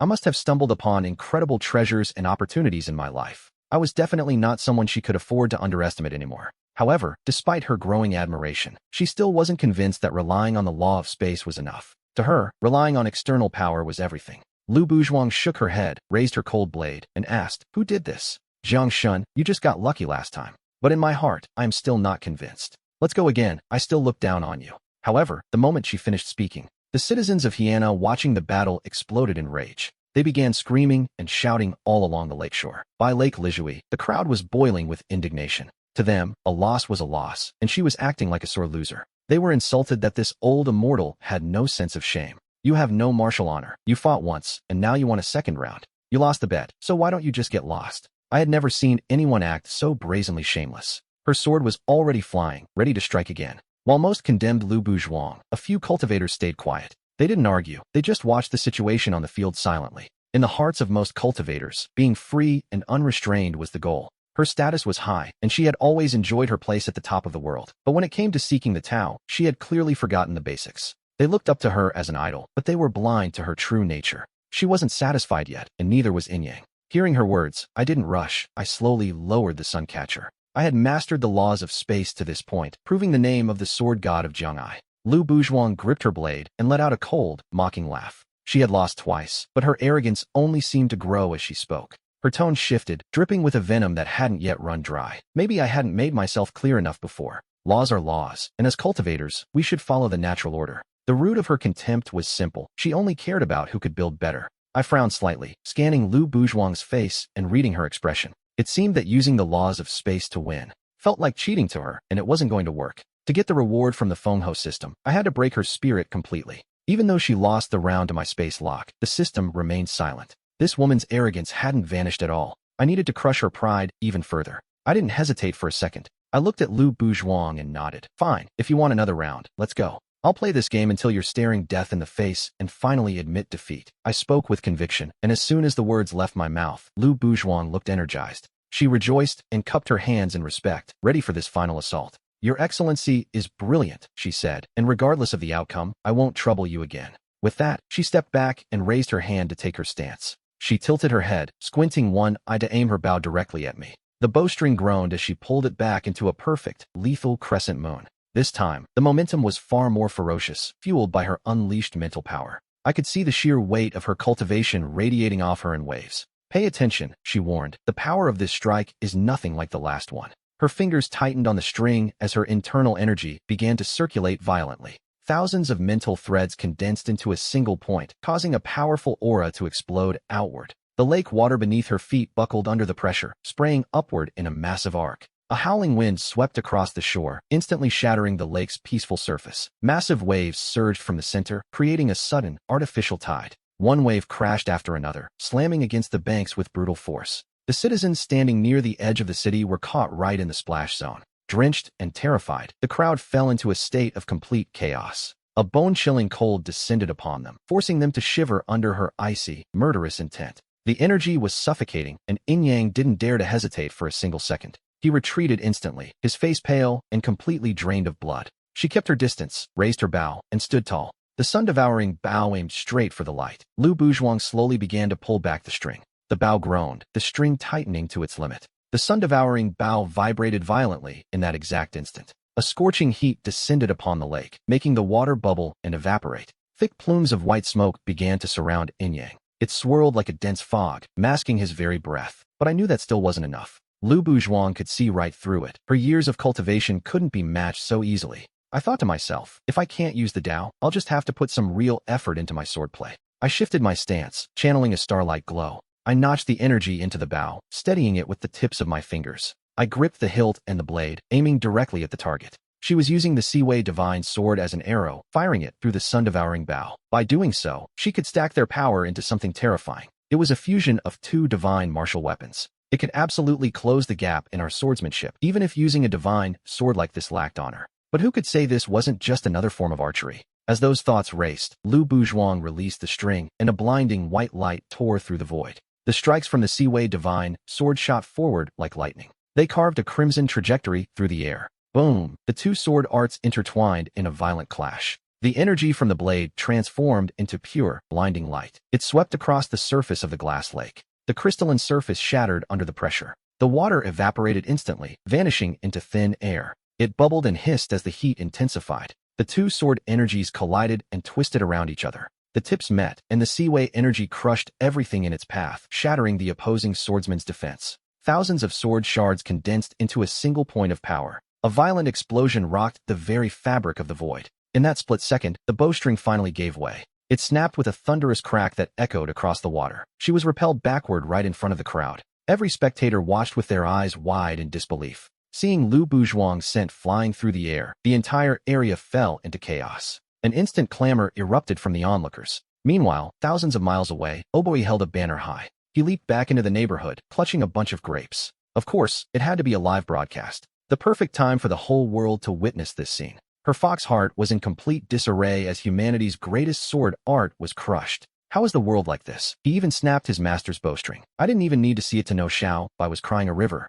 She was like a child wailing on the floor. Even the legendary Ellen was broken by my hand. The images flickered across the television broadcast. The stakes were too high, but the sword god Jiang Shun had emerged victorious. The announcer He Yang's voice boomed as this duel finally reached its conclusion. This was bad. Master, you tricked me again, Xiao Bai sobbed while checking her digital wallet. She stared at her phone. The money was gone, all of it. I could practically feel her heart breaking from miles away. You said you'd lose, but instead you fought with honor. Xiao Bai hugged her phone, sprawled out on the floor over her lost savings. That was the private stash she had saved up with so much difficulty. And now it was gone. Her hope of winning the bet had vanished into thin air. At that same moment, back at Lake Lishui, Xiao Bai threw her phone in frustration. The cheers here hit like crashing waves, one after another. The city was alive, celebrating as if the night itself was on fire. I heard the roar of the crowd, but my expression remained calm and serene. I looked at Lu Buzhuang with total indifference. Ever since the battle on the eastern flank began, he had been in a daze. His spirit was broken, shattered just like the prairie sword god before him. I figured a sect master should be able to handle this a bit better. I pointed at him with one hand and said, "You said it yourself." As the words left my lips, a surge of power erupted like a dragon's roar. Lu Buzhuang's entire body trembled violently. He finally snapped out of his trance and stared at me, speechless with shock. I was simply too strong for him. That last strike was burned into his mind, an unforgettable nightmare. Lu Buzhuang lowered his head and stared at his empty scabbard. He opened his mouth to speak, but the words died in his throat. His fortune was gone, and the gap in our power was undeniable. I had clearly held back, choosing not to crush him completely. If I hadn't, his trauma would have been much worse than a bruised ego. Lu Buzhuang looked at me, wondering if I had even used the power of law. He raised his hand to the crowd and declared, "This contest is decided." Every citizen in the city was cheering, chanting the name of the Jiang'ai sword god. Old Li cheered along with the crowd, his eyes fixed on the white light in the sky. He felt a deep surge of emotion, thinking I was truly worthy of being his junior brother. I had already surpassed the prestige of the previous sword god.